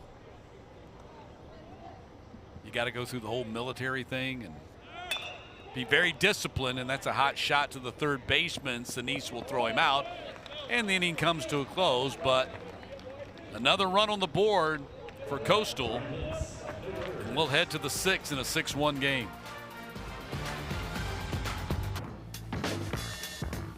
Riley Eikhoff, 5 innings of work, 5 strikeouts, no walks, 67 pitches, 21 batters faced.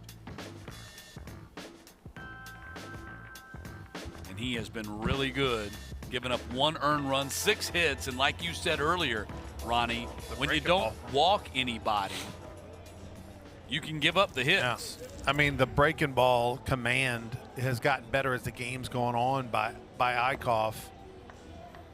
And you see, because you throw so many strikes because you don't walk anybody and you're constantly around the zone, you're going to give up some hits, and that's okay. I mean, you can give up 2 hits an inning and just leave them at first and third if you don't ever walk anyone. As long as they're singles. And just a sparkling effort here from Riley Eikhoff in the Chanticleers' first game of this 2025 Sun Belt Championships. So he's given up 6 hits,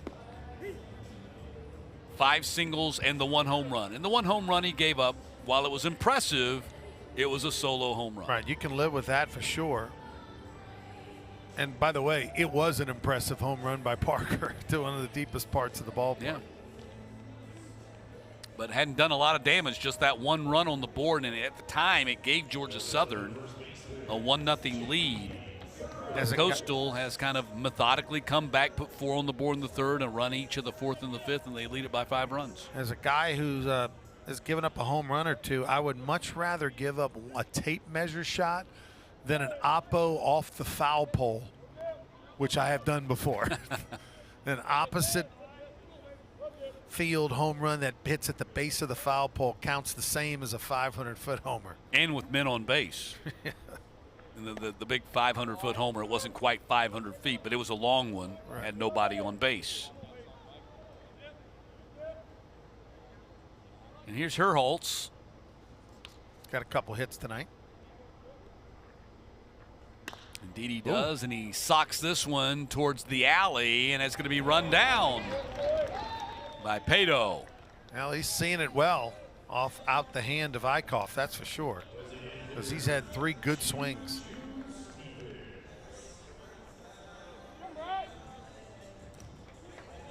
One down in the 6th. Here's Juju Stevens, who's come back to earth a little bit tonight.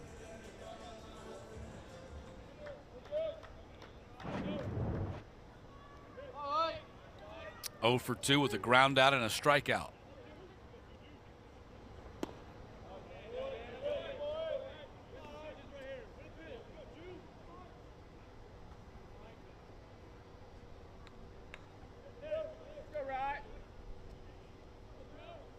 Here's the 1-0 pitch. That is a foul ball, or is it? They're going to say it's going to count. That's going to be a fair ball and an out. Nice play by Mitchell down there at the third base bag. I thought it might be foul, but Mitchell goes through with the throw and guns him down. Let's see here. Watch the ball. Yep, no, it's fair. It was near the line, but a heck of a play. Indeed it Off was. Balance, falling towards the third base dugout. And getting the guy with some speed, and there's 2 down for Jamie. Remember last night when Juju Stevens came up for his 6th at-bat. He hits a double in the gap. Now, we all wanted him to go 3. Go 3 for the hit for the cycle, but he was halfway from first to second when the ball was in the glove of the outfielder throwing it in, and it would have been ridiculous. He'd have been out by 5 steps had he tried to go for 3, but what an unbelievable game. Won't forget that one anytime soon, No. going 6 for 6. And that ball is hit to Barthol on the outfield grass, throws him out. 3 up, 3 down go the Eagles in the top of the 6th. And Riley Eikhoff on cruise control.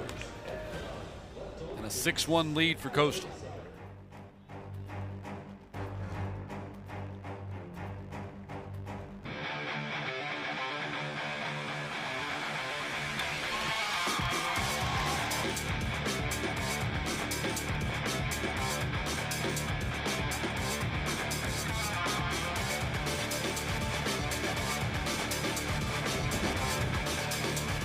Matt Stewart, Ronnie Rance with you as we head to the bottom of the 6th here in Montgomery. Your Sun Belt Championship game summary. 6 runs on 8 hits, 1 error for the Chanticleers. They've stranded 6. Georgia Southern 1 run on 6 hits, 1 error. They have stranded 5. Cade Parker, the solo home run in the first inning for Georgia Southern.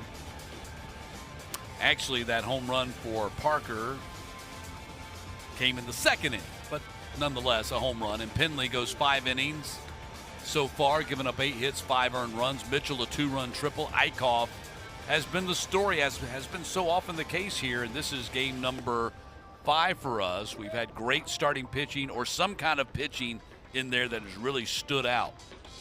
Yeah, Eikhoff has been sensational, got stronger as the game's going on, and credit Penley. You know, obviously he's given up some runs, but he's eaten some innings as well, and they're going to send him back out to the mound here in the 6th inning as he's 95 pitches through 5 innings.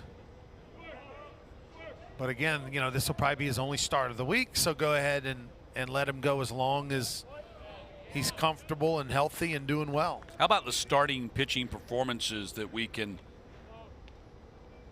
name right here that we've seen so far? Bryson Dudley, 2-hit complete game, 9-inning shutout for Texas State. And then you get a great performance by Dylan Brown today, going 7 innings. I think he struck out 10. Was it 9 or 10? 9. Struck out 9 as Old Dominion shut down Troy, the number 3 seed. You get J.B. Middleton picking up his 10th win of the year, dominating 7 innings in their victory against Texas State. And now you got Eikhoff on cruise control against Georgia Southern here. Yep. Some great starting pitching really to start this tournament.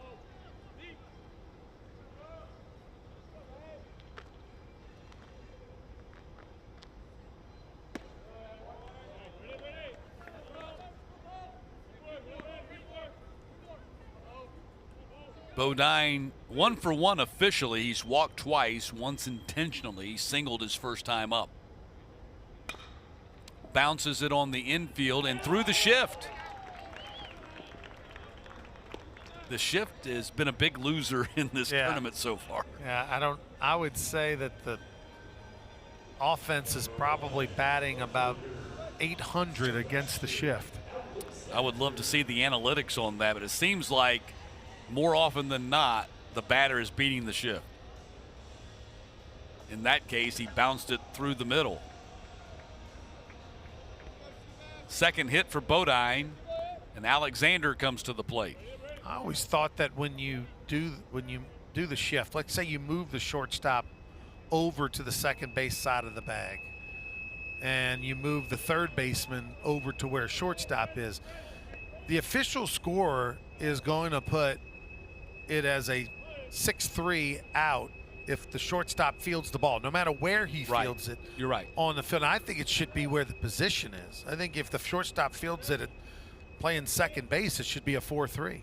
That would give you a cleaner impression to be able to look at the scorecard and know where the ball was hit. Yeah, that's for sure. It doesn't tell the story. I mean, if you move the center fielder in and you put him at second base, he's going to say it's a 8-3. So I guess the question we're asking is, does the sixth position belong to the player, or is the sixth position actually that position location on the field? Yeah, exactly.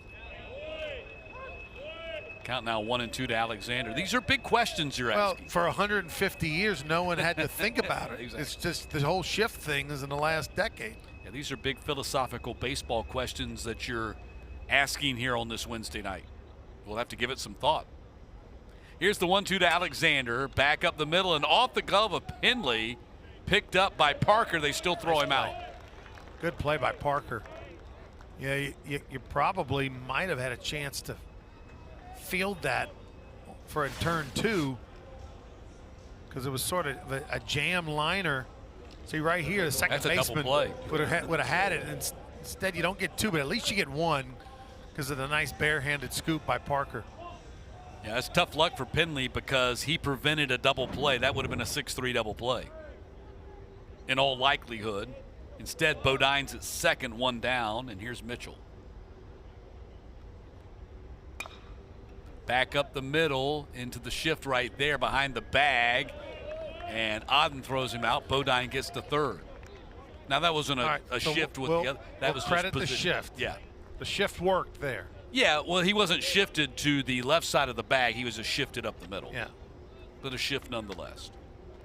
Wasn't a dramatic one. Yeah, positioned well. Now the shift is on.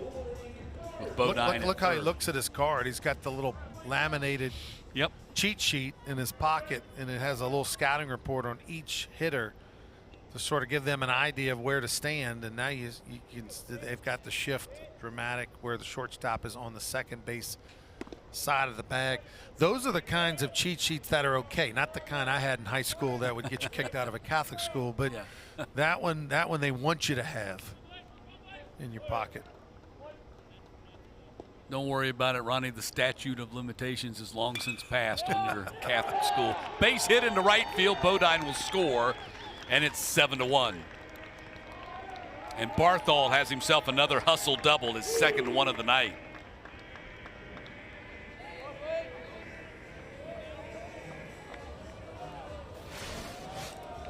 Ten hits in the ball game now for Coastal.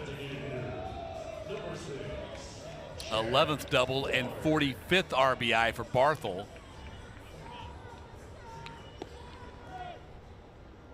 A 7-1 lead for Coastal here in the 6th. Penley now with 107 pitches, but he's got 2 outs in the inning, so I know they're trying to desperately stretch him some more. Oh, and he hits him. That may have to be it for him.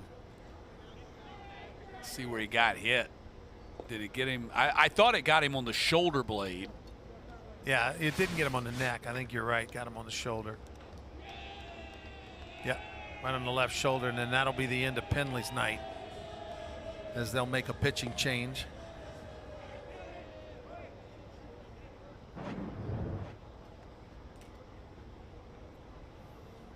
So Penley gave them a solid 5 2/3 here. He's going to leave with a, and people might say, well, that's a crazy thing to say. He's leaving with a 7-1 deficit. But in this situation, that's not a total negative in that he ate up a lot of innings.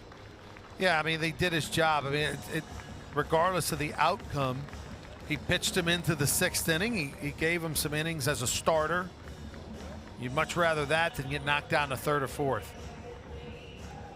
So pitching change for the Eagles. We'll tell you about it when we get.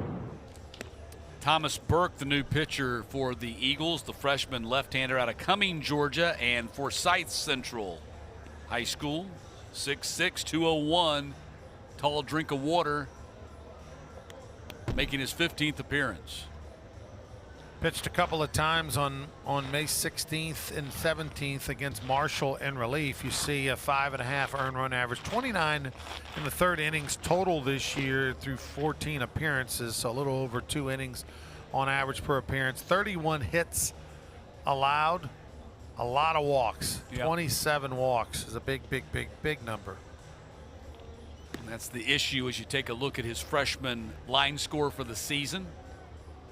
Comes in here with runners at 1st and 2nd, a run already in, and trailing by 6 runs, and facing Pato and Barango.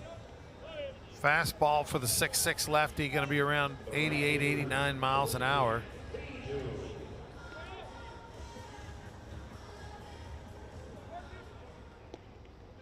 Pato, who's got some pop in his bat, he can ride one out of here if you're not careful.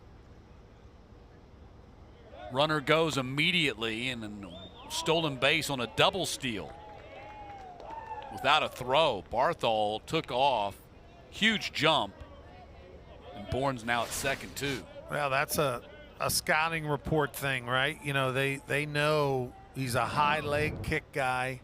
It's going to take, you know, they know the analytics, they know the number. It's going to take them, hey, 1-4 to the plate, 1-3 to the plate, whatever it is. As soon as he entered the game, they said, we're going as soon as he lifts the leg. So 2 in scoring position now for Pato.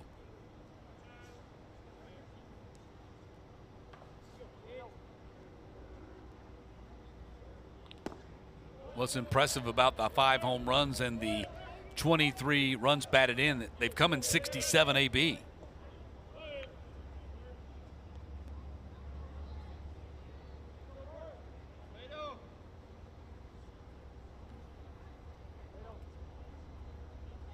Here's the 2-1 pitch from Burke. Ball is hit behind the second base bag and taken there by Odden for out number 3. So Burke gets the out, strands 2. We'll head to the 7th, 7-1 Coastal. Top of the 7th inning, sun setting soon here in Montgomery. Been a nice day for baseball, start to finish. And the temperature and the humidity has actually declined as we've gone throughout the day. One more game to go here tonight with the 4-seed Marshall taking on the 5-seed Louisiana. And the Thundering Herd have been sitting at the ballpark, and they're the Raging Cajuns. They're here too. That's coming up next, about 45 minutes following the conclusion of this game. Won't know for sure what that will be. They'll make that decision as soon as this game ends, the exact timing of first pitch for that one. Generally about 45 minutes. Yep. But it's tournament baseball. You got to be fluid. Got to go with the flow. Wouldn't hate a 30. I'd be okay with that. Cade Parker starts the 7th for the Eagles. Can we say he's had the longest home run in the tournament? Absolutely. Yeah. No doubt. One hopped the train as it was passing by.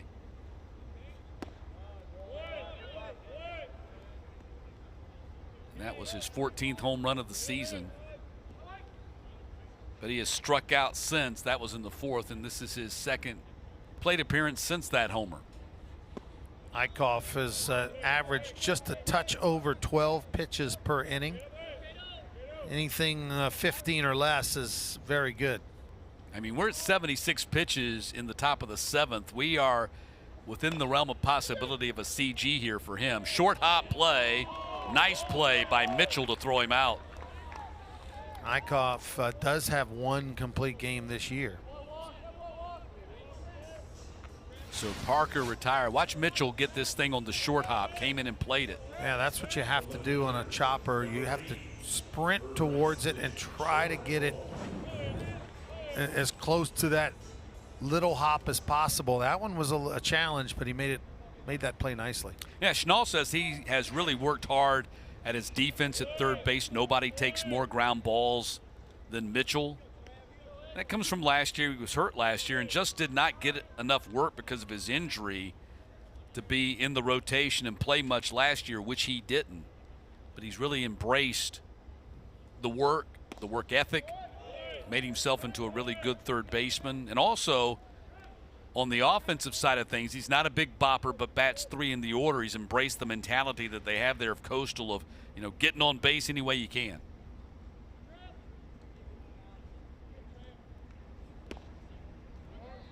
There's a strike, 2-1.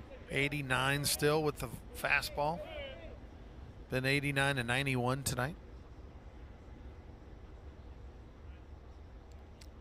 Trammell 0 for 2. After watching Coastal beat Clemson earlier this month, I posted, and I believe it. Wasn't just trying to get clicks. I believe after watching them play in that game and watching them a number of times this season heading into this tournament, this is a team that's got the makings of being able to get to Omaha. There's nothing that they don't do well. And the thing I like about them offensively is they're not tied to one thing. You got a lot of teams out there that are tied to the home run. And when that disappears, they don't have a lot of creativity in their offense. They're not tied to the home run. They don't hit as many home runs as they have in the past or as many as some teams do right now. But I like the way that they can score in multiple ways. And then excellent you got bender right there, and they've got some great arms. I was going to say, and then they got the pitching. Yeah, they've got 3 outstanding starters, excellent bullpen, and Eikhoff right there just flipping that breaking ball on both sides of the plate. Little backdoor bender to get the lefty, and he's at 83 pitches with 1 out to go here in the 7th. And 6 strikeouts for Eikhoff. And 0 walks, not surprising. Same pitch. Came in, top 20 in the country as far as walks given up per 9 innings. So not a surprise that he has kept the walks at 0 here this evening. Odden swings and misses.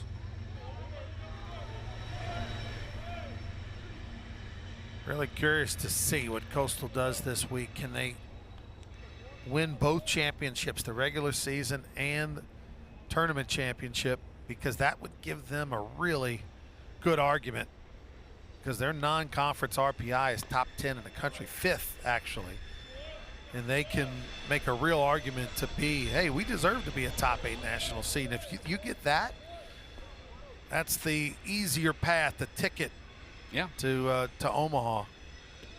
And how big would that be? Well, they're 24-3 at home this season at Springbrook Stadium.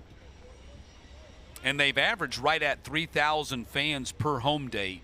80,000 fans total for the season. They've been a big gate team. They've been a big winning team at home. They put it all together. Of course, being a top 8 national seed would mean, of course, you're getting the regional, and if you win that, you're hosting a super too. Yeah, they'd be bulging at the seams for those games. Odden fouled that off.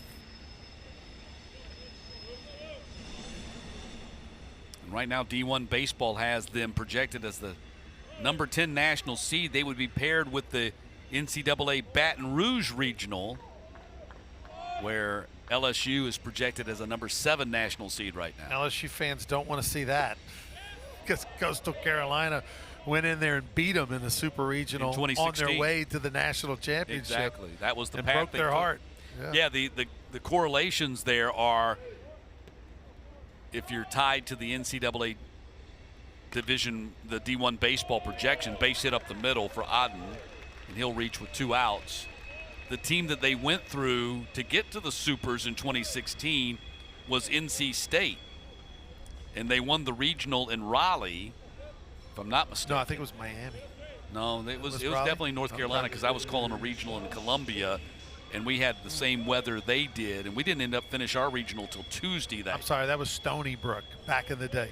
Yeah, it wasn't was Raleigh. Stony Brook back in the day. Yours was Raleigh. Yeah, 2016 was Raleigh, and they were down to their final strike a couple of times, and they were down to their final strike when play was suspended because of weather. So they had to come back the next day with 1 strike. NC State had to get 1 strike to put them away and couldn't do it. And they advanced out of that regional. Isn't that crazy? Yep. 1 strike. They slept on it all night. Can you imagine sleeping on 1 strike from both sides? Yeah.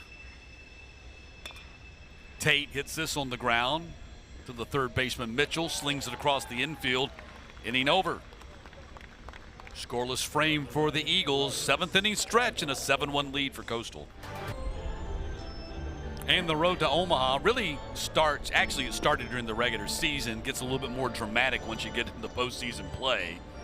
But here are the D1 baseball regional projections as of Monday. They came out with these on Monday. They'll update them again this week during these conference tournaments.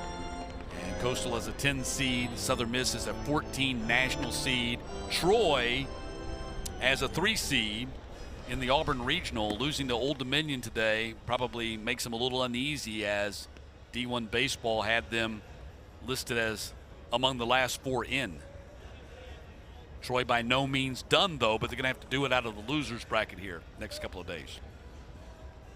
Yeah, I mean, Troy absolutely has a case, and they absolutely have a resume that should put them in the NCAA tournament. You just don't want to leave it to a committee and have a discussion and different opinions, and you're not in that room. So they can go ahead and see if they can come through the losers bracket and punch their ticket automatically, or at least make it a super star argument by winning 2 or 3 games.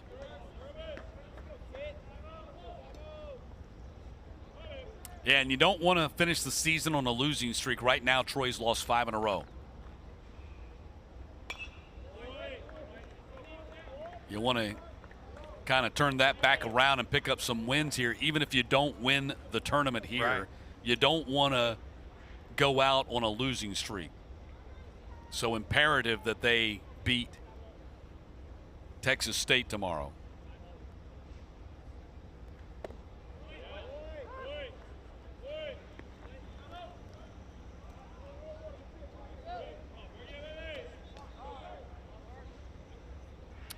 Because otherwise they're going to do exactly what you're saying you don't want to do, and that's leave it in the hands of the committee. Staring at 6 straight L's to end the season. Which would be a shame, because as you mentioned, the body of work that they've put together this season with a solid top 20 non-conference RPI, they've been ranked all season until this week. They've played great baseball.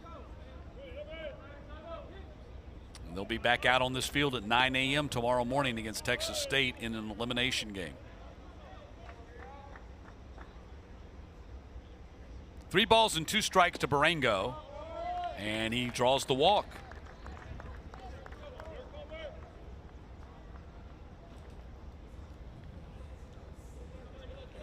Georgia Southern does have bullpen activity going with Thomas Burke, the young freshman on the mound, who has struggled with his command this year. Pretty much a walk per inning, just about. So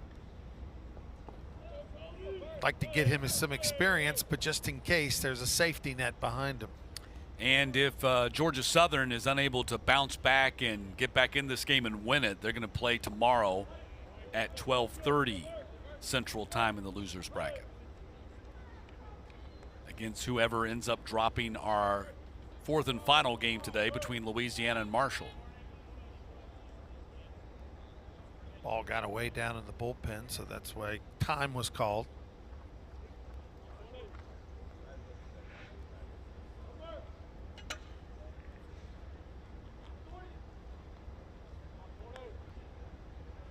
Here's the 1-0 pitch. Bounced it in there. Runner feigned as if he would take the second, but he doesn't.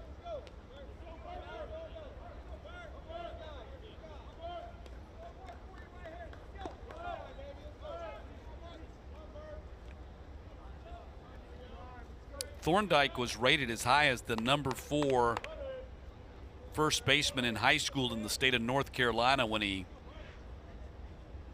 came out of Lumberton, North Carolina. Actually played at a bunch of different high schools. He finished up at Green C. Floyd's High School as the 1A State Player of the Year in 2022.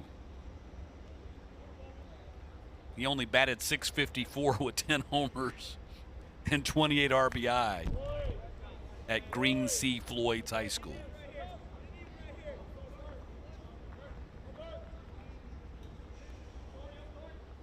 His dad, Sandy, is the St. Andrews High School baseball coach, and his mom, Cindy, in the UNC Pembroke Hall of Fame.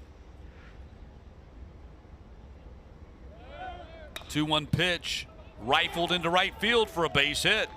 Thorndike reaches. Second hit of the game for him. Runners at the corners. Told you, players whose moms are stud athletes are good players. I would tend to agree with you on that. I think it's more important for mom than dad. I think the DNA is stronger from coming from mom. If mom is a good athlete, I think it means your child is going to be a good athlete more than if dad's a good athlete. I think there are more dads that are good athletes whose kids are not very good. But I think you might also have some of that anti-dad thing going on. Doesn't exist with mom, right? No, my mom was a good athlete. She was a star athlete, high school. So Rodney Hennon out there to make the pitching change. And Burke's going to give the ball away. We'll come back and tell you about the pitching change when we get back. Alex Mason, the 6'4", 210 freshman out of Hazelhurst, Georgia, and Jeff Davis High School on to pitch here for the Eagles. With Coastal out in front 7-1 in the bottom of the 7th and 2 aboard here in the inning. Just his 4th appearance. Well, so, this is where the inning eaters come in, right? You've got in a tournament setting where you've got folks that have to eat up innings. It's going to take a big group. Georgia Southern doesn't want to throw their top line guys because they play tomorrow at midday. So folks like Alex Mason, who haven't had a lot of work, only 2 2/3 innings, are going to get some opportunity, get some experience. And hopefully one of them pops and maybe goes 2 or 3 innings and really helps their team. Yeah, I mean, and people at home might say, oh, well, they're raising the white flag. They're quitting. That's not the case at all. They're turning to this guy right here and saying, here's your opportunity. Yeah, it's a percentage play. I mean, when you're here's down your chance to help us out. 6 runs to one of the best teams in the country late in the game, you have to be realistic about your chances. And your chance to win is if you can have somebody go out there and put some zeros on the board. And maybe your offense catches fire when Eikhoff leaves the game. Pull a Juju Stevens from the mound, right? That's exactly right. Guy was hitting 180 going into yesterday's game and then goes 6 for 6. So, yeah, they're looking for that. They got it yesterday with the bats. Can they get it with the arms? But then they'll need to get it with the bats, too, because not only do they need to stop Coastal, they're going to have to score some runs, too. The rain goes down there at third and Thorndike at first. The count is 1-1 to Sykes. Bounced it up the middle, going to get into center field for a base hit. So Barango scores, and Thorndike gets to third. Runners at the corners. They just keep the carousel going, and it's 8-1. So Sykes delivers the RBI single. 7-run lead for Coastal. And here's Caden Bodine.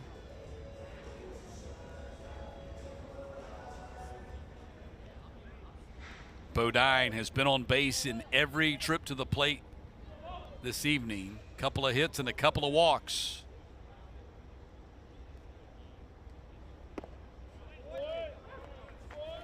Strike one to Bodine. One of the best catchers in the country as far as both sides of the ball. You don't see many catchers that hit like he does with the 328 average. Now, he only has 3 homers, but defensively and as a switch hitter as well, that is where the value is tremendous. Kind of the focus with Bodine has changed a little bit. And they've really concentrated on him getting on base. They've got him in that leadoff spot. And he's been pitched a lot tougher than probably ever has in his career. Kind of explains the home run numbers being down. He had 9 a year ago. He had 11 as a freshman. So 23 total for his career. Runner goes from first and safe at second on the stolen base. Sykes is there, so now 2 in scoring position.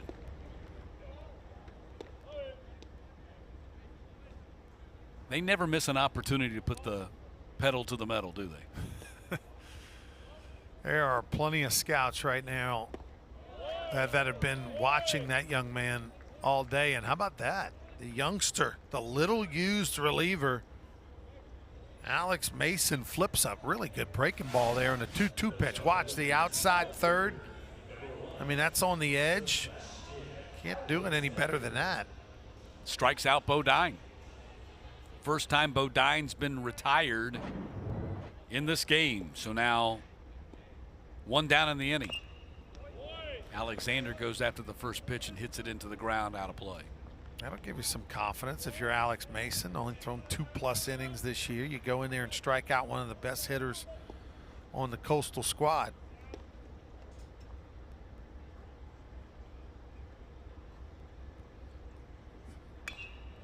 Oh, 1 to Alexander is fouled out of play, and he's now 0-2.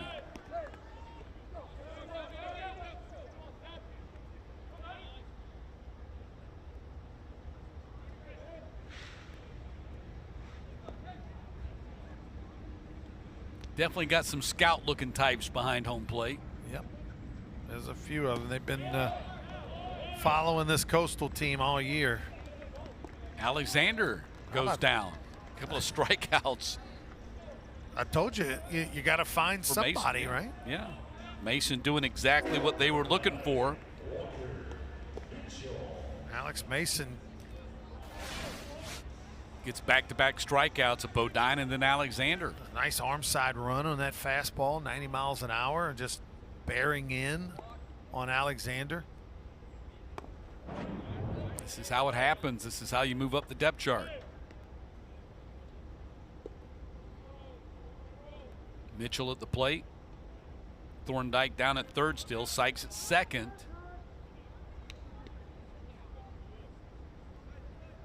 Umpire steps in and the pitcher acknowledgement of the batter signal. So I guess they hadn't made the eye contact they got to make.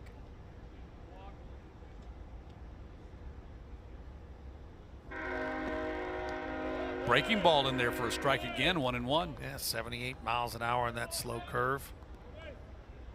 Pitching backwards, had a 1-0 count. Instead of throwing the fastball, came with the curveball and froze him.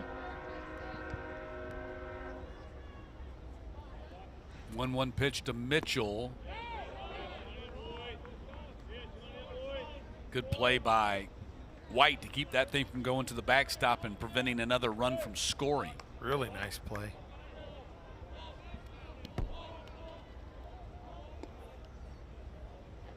And a bullpen baseball has gotten loose behind home plate, so they call time.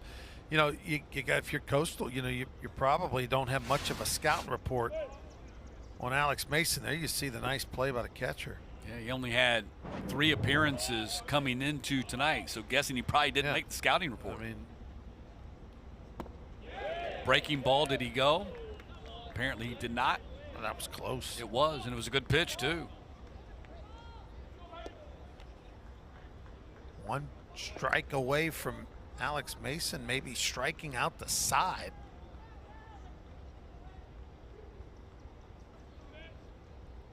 Two-two pitch from Mason, fouled off. Already struck out the leadoff batter, Bodine, the number 2 hitter in the lineup, Alexander at 9 homers. Now he's facing Walker Mitchell, a 3-hole hitter. Looks like we got a team sitting under the tent out there in dead-away center field. 2-2 pitch. Can't tell who it is. Could be the Cajuns or the Thundering Herd. Both do have black jerseys in their portfolio, if you will.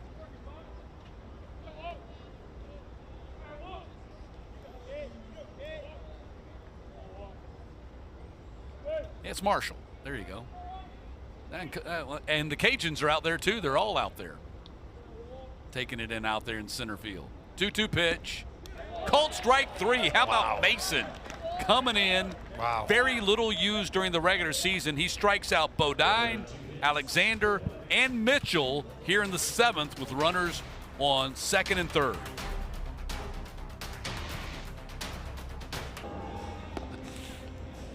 How about that? Mason comes in out of the bullpen, 3 appearances on the season, and strikes out the top of the order for Coastal as they had a chance there to really push this thing close to perhaps a run rule, and keeps his team in the ball game. Look at that. 13 strikes, 5 balls out of his 18 total, and 3 strikeouts. Just pitching things easy, right? Just face the 3 best hitters in the lineup and strike them all out. What a moment for that young man. Yeah, he just moved up the depth chart. I don't know whether he pitches any more this season, but he just got himself a big check mark on the exit interview, right? When they do their exit interviews at the end of the season, that no doubt will come up. Remember the way you pitched against Coastal? Yep. We want to see that next year. 6'4", 210 out of Georgia. Alex Mason. Let's see if they send him back out there next inning. Sinise batting to lead off this inning. 1 for 3, Sinise with a single in the 5th.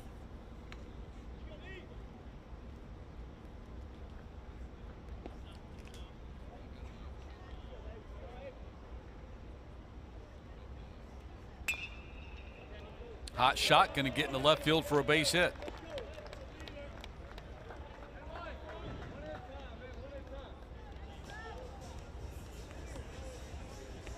And that's the 8th hit for the Eagles.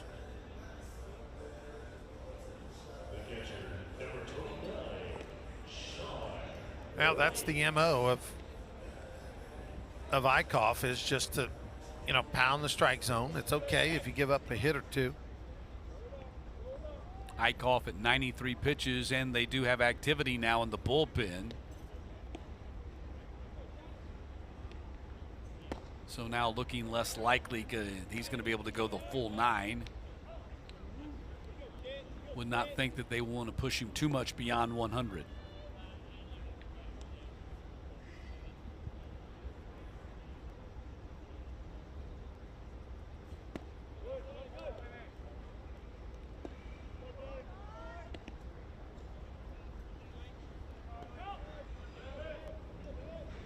There's a left-hander warming up there, number 18. That is Hayden Johnson, who is getting hot.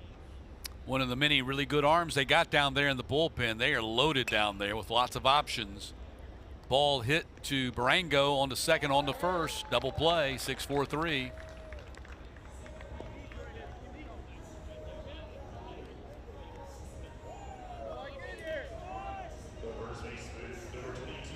So coming up next, following the conclusion of this one, about 45 minutes thereafter, we'll have the final game of the day as number 5 Louisiana takes on number 4 Marshall.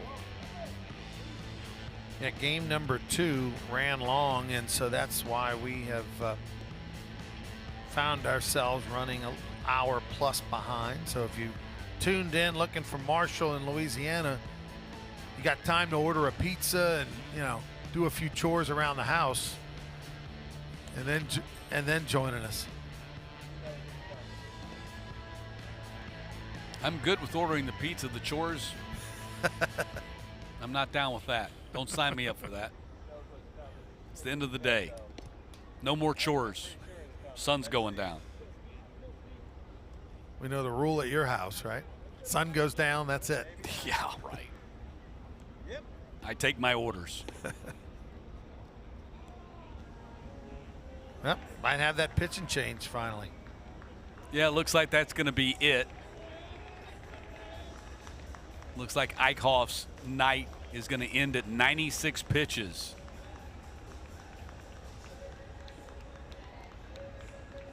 Getting congratulations from his teammates and a round of applause from the Chanticleer fans here watching him work tonight. Excellent performance. 7 2/3. Outstanding. Chanticleers go to the pen. Well, here is the sophomore left-hander Hayden Johnson, 6'5", 215, local kid out of Myrtle Beach, so playing for the hometown team and making his 18th appearance of the season. Here's the lefty who breaking balls 77, 78 miles an hour. Kind of a mid-upper 80s lefty, 3.42 earned run average. 26 1/3 innings pitched, only 20 hits allowed. That's very good, and has punched out 38 with 15 walks. So some really good numbers for Hayden Johnson. Johnson's got a big breaking ball. We can watch for that here as he comes in with 2 down in the 8th. But like I said a number of times, they are loaded down there with options. Carbone ended up winning all conference honors, but Lynch also was a big factor for them. He was on the back end, had 5 saves. Carbone ended up with 5 saves. Potok's been strong for them out of the bullpen this year. Darren Horn. So they just got a lot of guys down there that they can turn to, which they're no doubt going to need here in postseason play here in this tournament and also in the regionals. They can match up. Well, Hayden Johnson, the couple of the statistics that jump out at you is 38 strikeouts and 26 1/3 innings pitched, but also opponents are batting only .204 against him. So those are both sensational numbers. Fastball 90 miles an hour in his first 2 pitches. 2-0 pitch from Johnson. There's a called strike to Herholz. 2 for 3 Herholz today with a couple of singles in the first and the 4th.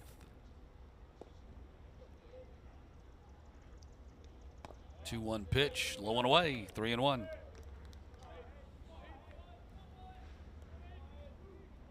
Herholz hit the ball hard all 3 times against Eikhoff, so that's why they made the pitching change when they did to bring in the power lefty against him. Now when he reached back for 92, coach, he's got a little, he's fired up. 92, and now we got a 3-ball, 2-strike count.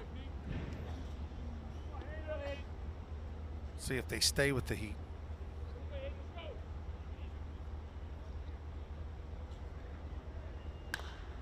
Ball hit in the air down that line in right field. It is in foul territory now. Right there, crashing against the wall and the fence.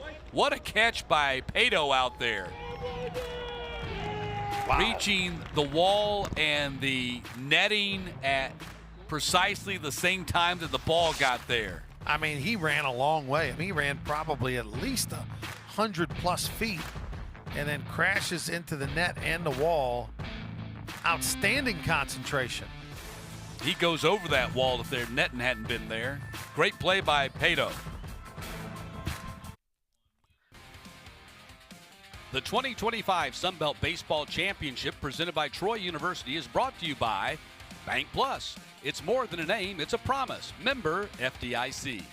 James Madison University alumni. Dukes from day one, alumni for life. Visit alumni.jmu.edu. The heart of Louisiana's Cajun and Creole country, Lafayette, Louisiana.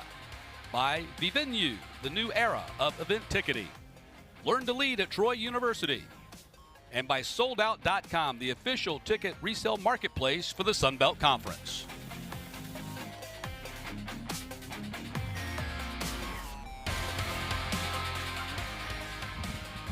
Bottom of the 8th inning, and the Eagles back to the bullpen after a nice outing by Mason in 1 inning, and Landry Mead, the senior right-hander, with some whip action there on the 3/4 and sidearm, comes in to pitch. Yeah, senior out of Vidalia, Georgia, 6 foot, 195 pounder. Little used, 8 innings total this season, 8 hits, 6 Ks, 1 walk. And why not go ahead and put Alex Mason on the shelf? He came in, he throws 18 pitches, strikes out the side against the 1, 2, 3 in Coastal's order. So now, hey, just let him sit down. You might need him tomorrow. You might need him on the next day. Yeah, he was strong. Good performance. You don't want to burn that guy. You found you a little diamond in the rough after he only threw 2 1/3 innings going into the game. So they're going to try Mr. Mead. Landry Mead out of East Georgia State. Comes in to pitch the bottom of the 8th. Barthol, Bourne, and Pato due up for Coastal here in the bottom half. Barthol's got a couple of hustle doubles tonight. Drove in runs both times in the 3rd and in the 6th.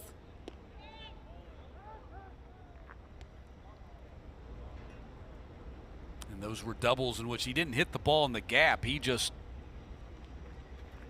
went hard out of the box and made it to second base on balls that were hit into the outfield.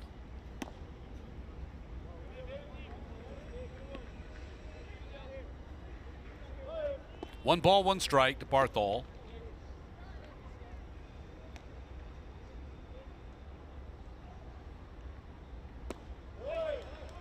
He pulled the string there, a little change up.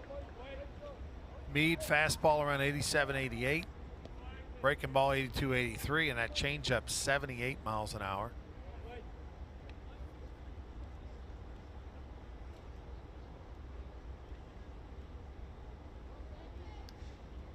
Here's the 1-2 pitch from Mead. Got him on 4 pitches.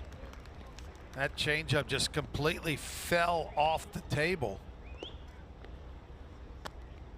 Ran away from the lefties, a little arm side run. Excellent pitch. So how about Mason and Mead, a couple of guys I know. a little bit deeper in that bullpen, coming in and striking out 4 in a row.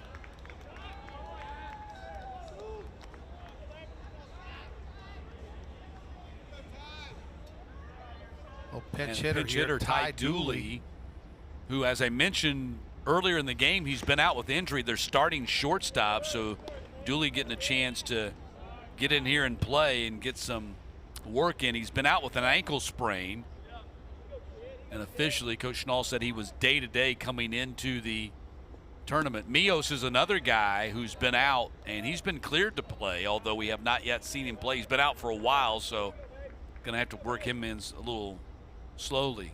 How about that yellow bat that Dooley's, that highlighter neon yellow? You can see that thing from the moon. It exactly looks like a highlighter, there's no doubt. Dooley has come back to have a strong season here in 2025, and he did not finish the 24 season well. In fact, he ended up getting benched late in the season once they got into postseason play. He just did not play well, but draws a walk right there as he's back in action. 4-pitch walk, and he's at first. Yeah, he's hitting over .313 this year with 134 at-bats, 8 doubles, 5 homers. So you're right, it's been a bounce-back season to say the least. Yeah, because he ended up batting .213 last year after hitting .281 as a sophomore, slumped to .213 as a junior, and has had a bounce-back senior year.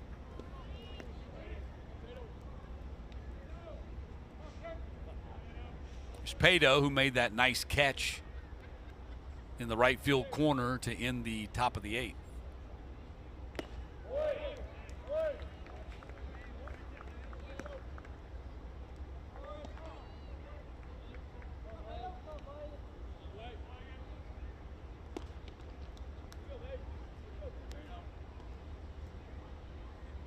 One pitch. Got it in there for a strike 1 and 2. And an off-speed changeup once again.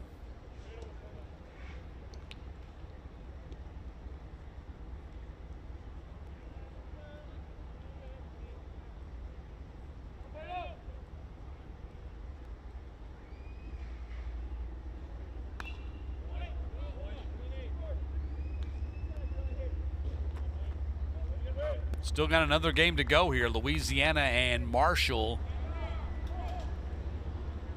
Those two teams still out there chilling it underneath the Big Ten in center field.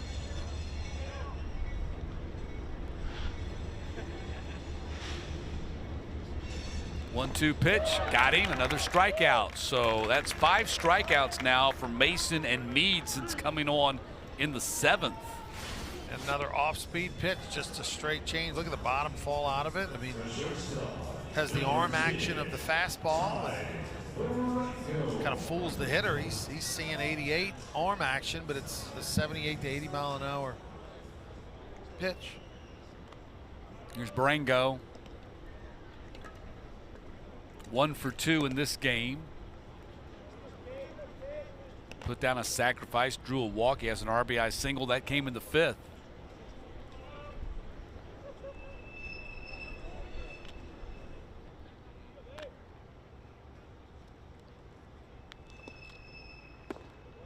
Strike, 1-1. 8-1 Coastal. They've been in command since putting 4 on the board in the 3rd. And stretching it out with a run in each of the 4th, the 5th, the 6th, and the 7th.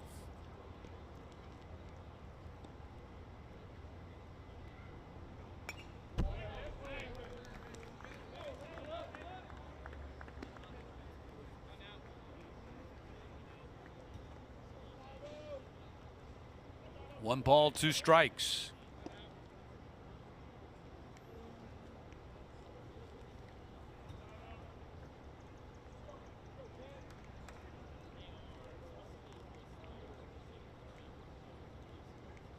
And the 1-2 pitch, breaking ball outside. 2-2. 12 total hits for Coastal in this game. They've stranded 10.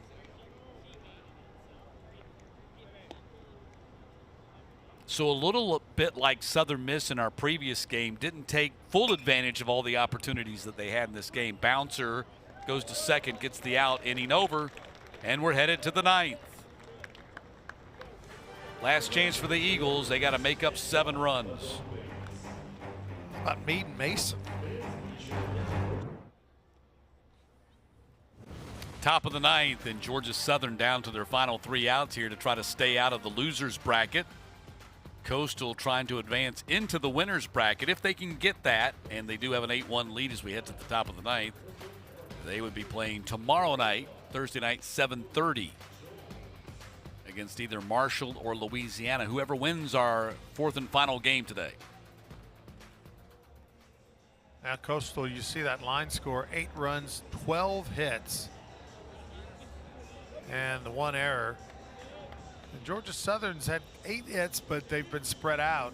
They did have the 1 long ball that gave them their only run. 3 of the 12 hits for the Chanticleers have been for extra bases. They got a couple of doubles, both of them from Barthol, and a triple as well.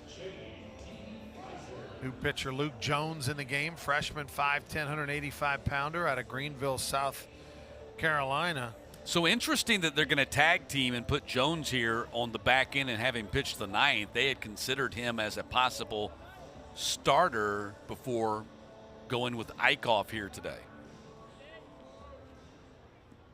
Little bullpen work, I guess.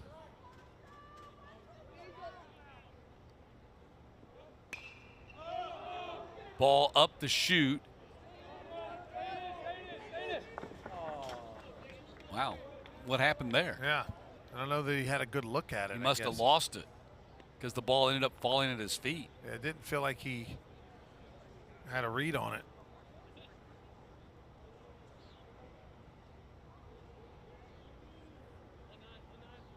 Well, they had the shift on us. What part of? Oh yeah, he had to come from the shortstop position. That's third baseman. Yeah, all the way over there at short. But I still don't know that he necessarily.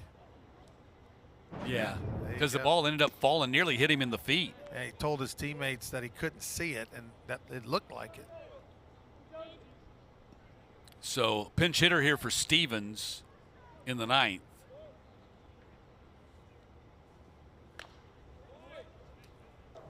.90 miles an hour, by the way, on the first couple fastballs. This is the senior J.D. Kaiser, a catcher who's pinch hitting here for Stevens, who went 0 for 3 tonight.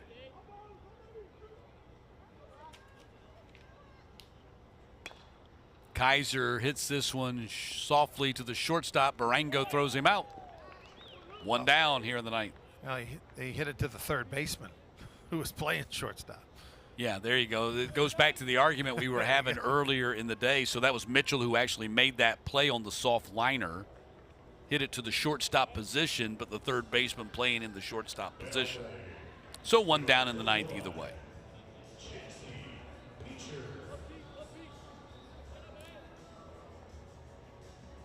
And another pinch hitter here for Jamie.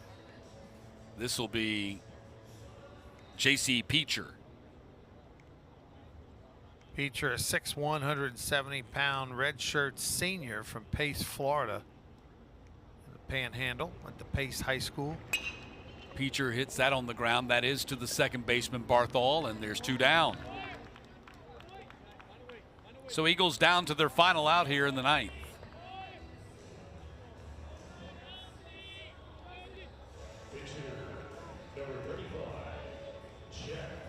And one more pinch hitter here, batting for Parker.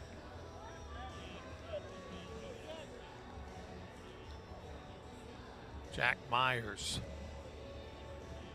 is your pinch hitter. So Myers gets a chance to bat here in the Sun Belt Championships. I don't think he's... Well, freshman out of Marietta, Georgia. 6 foot, 166 pounder, went to Pope High School. That's in my neighborhood.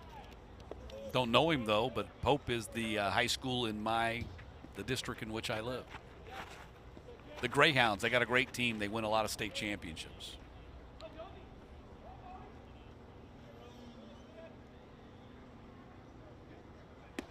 (2-0) outside 3-0.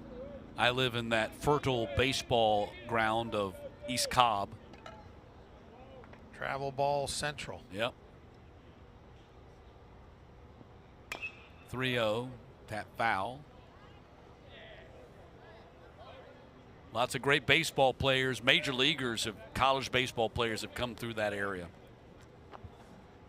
And kids play all over the southeast in East Cobb. They come from all over to play there. 3-1, fouled off, 3-2 to Myers.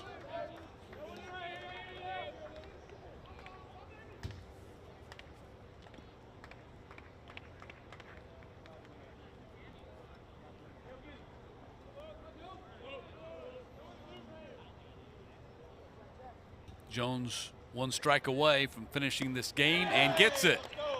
Jones finishes the game with a strikeout of Myers, and Coastal advances into the winner's bracket with an 8-1 victory over Georgia Southern. The Chanticleers will play Thursday night at 7:30 Central. Georgia Southern drops into the loser's bracket.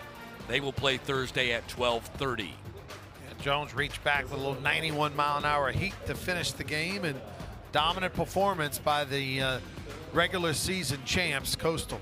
And Riley Eikhoff in particular, who goes 7 2/3, really strong innings, did not walk anybody, struck out 6. He gets the win. And so Coastal looks impressive as the regular season champs win their first game here in the Sun Belt Championships. Coming up next, we've got Marshall and Louisiana. That's about 45 minutes away. Here, it's an 8-1 win for Coastal over Georgia Southern. And now for Ronnie Rance and our entire Sun Belt team, I'm Matt Stewart. We'll be back in about 45 minutes with our fourth game.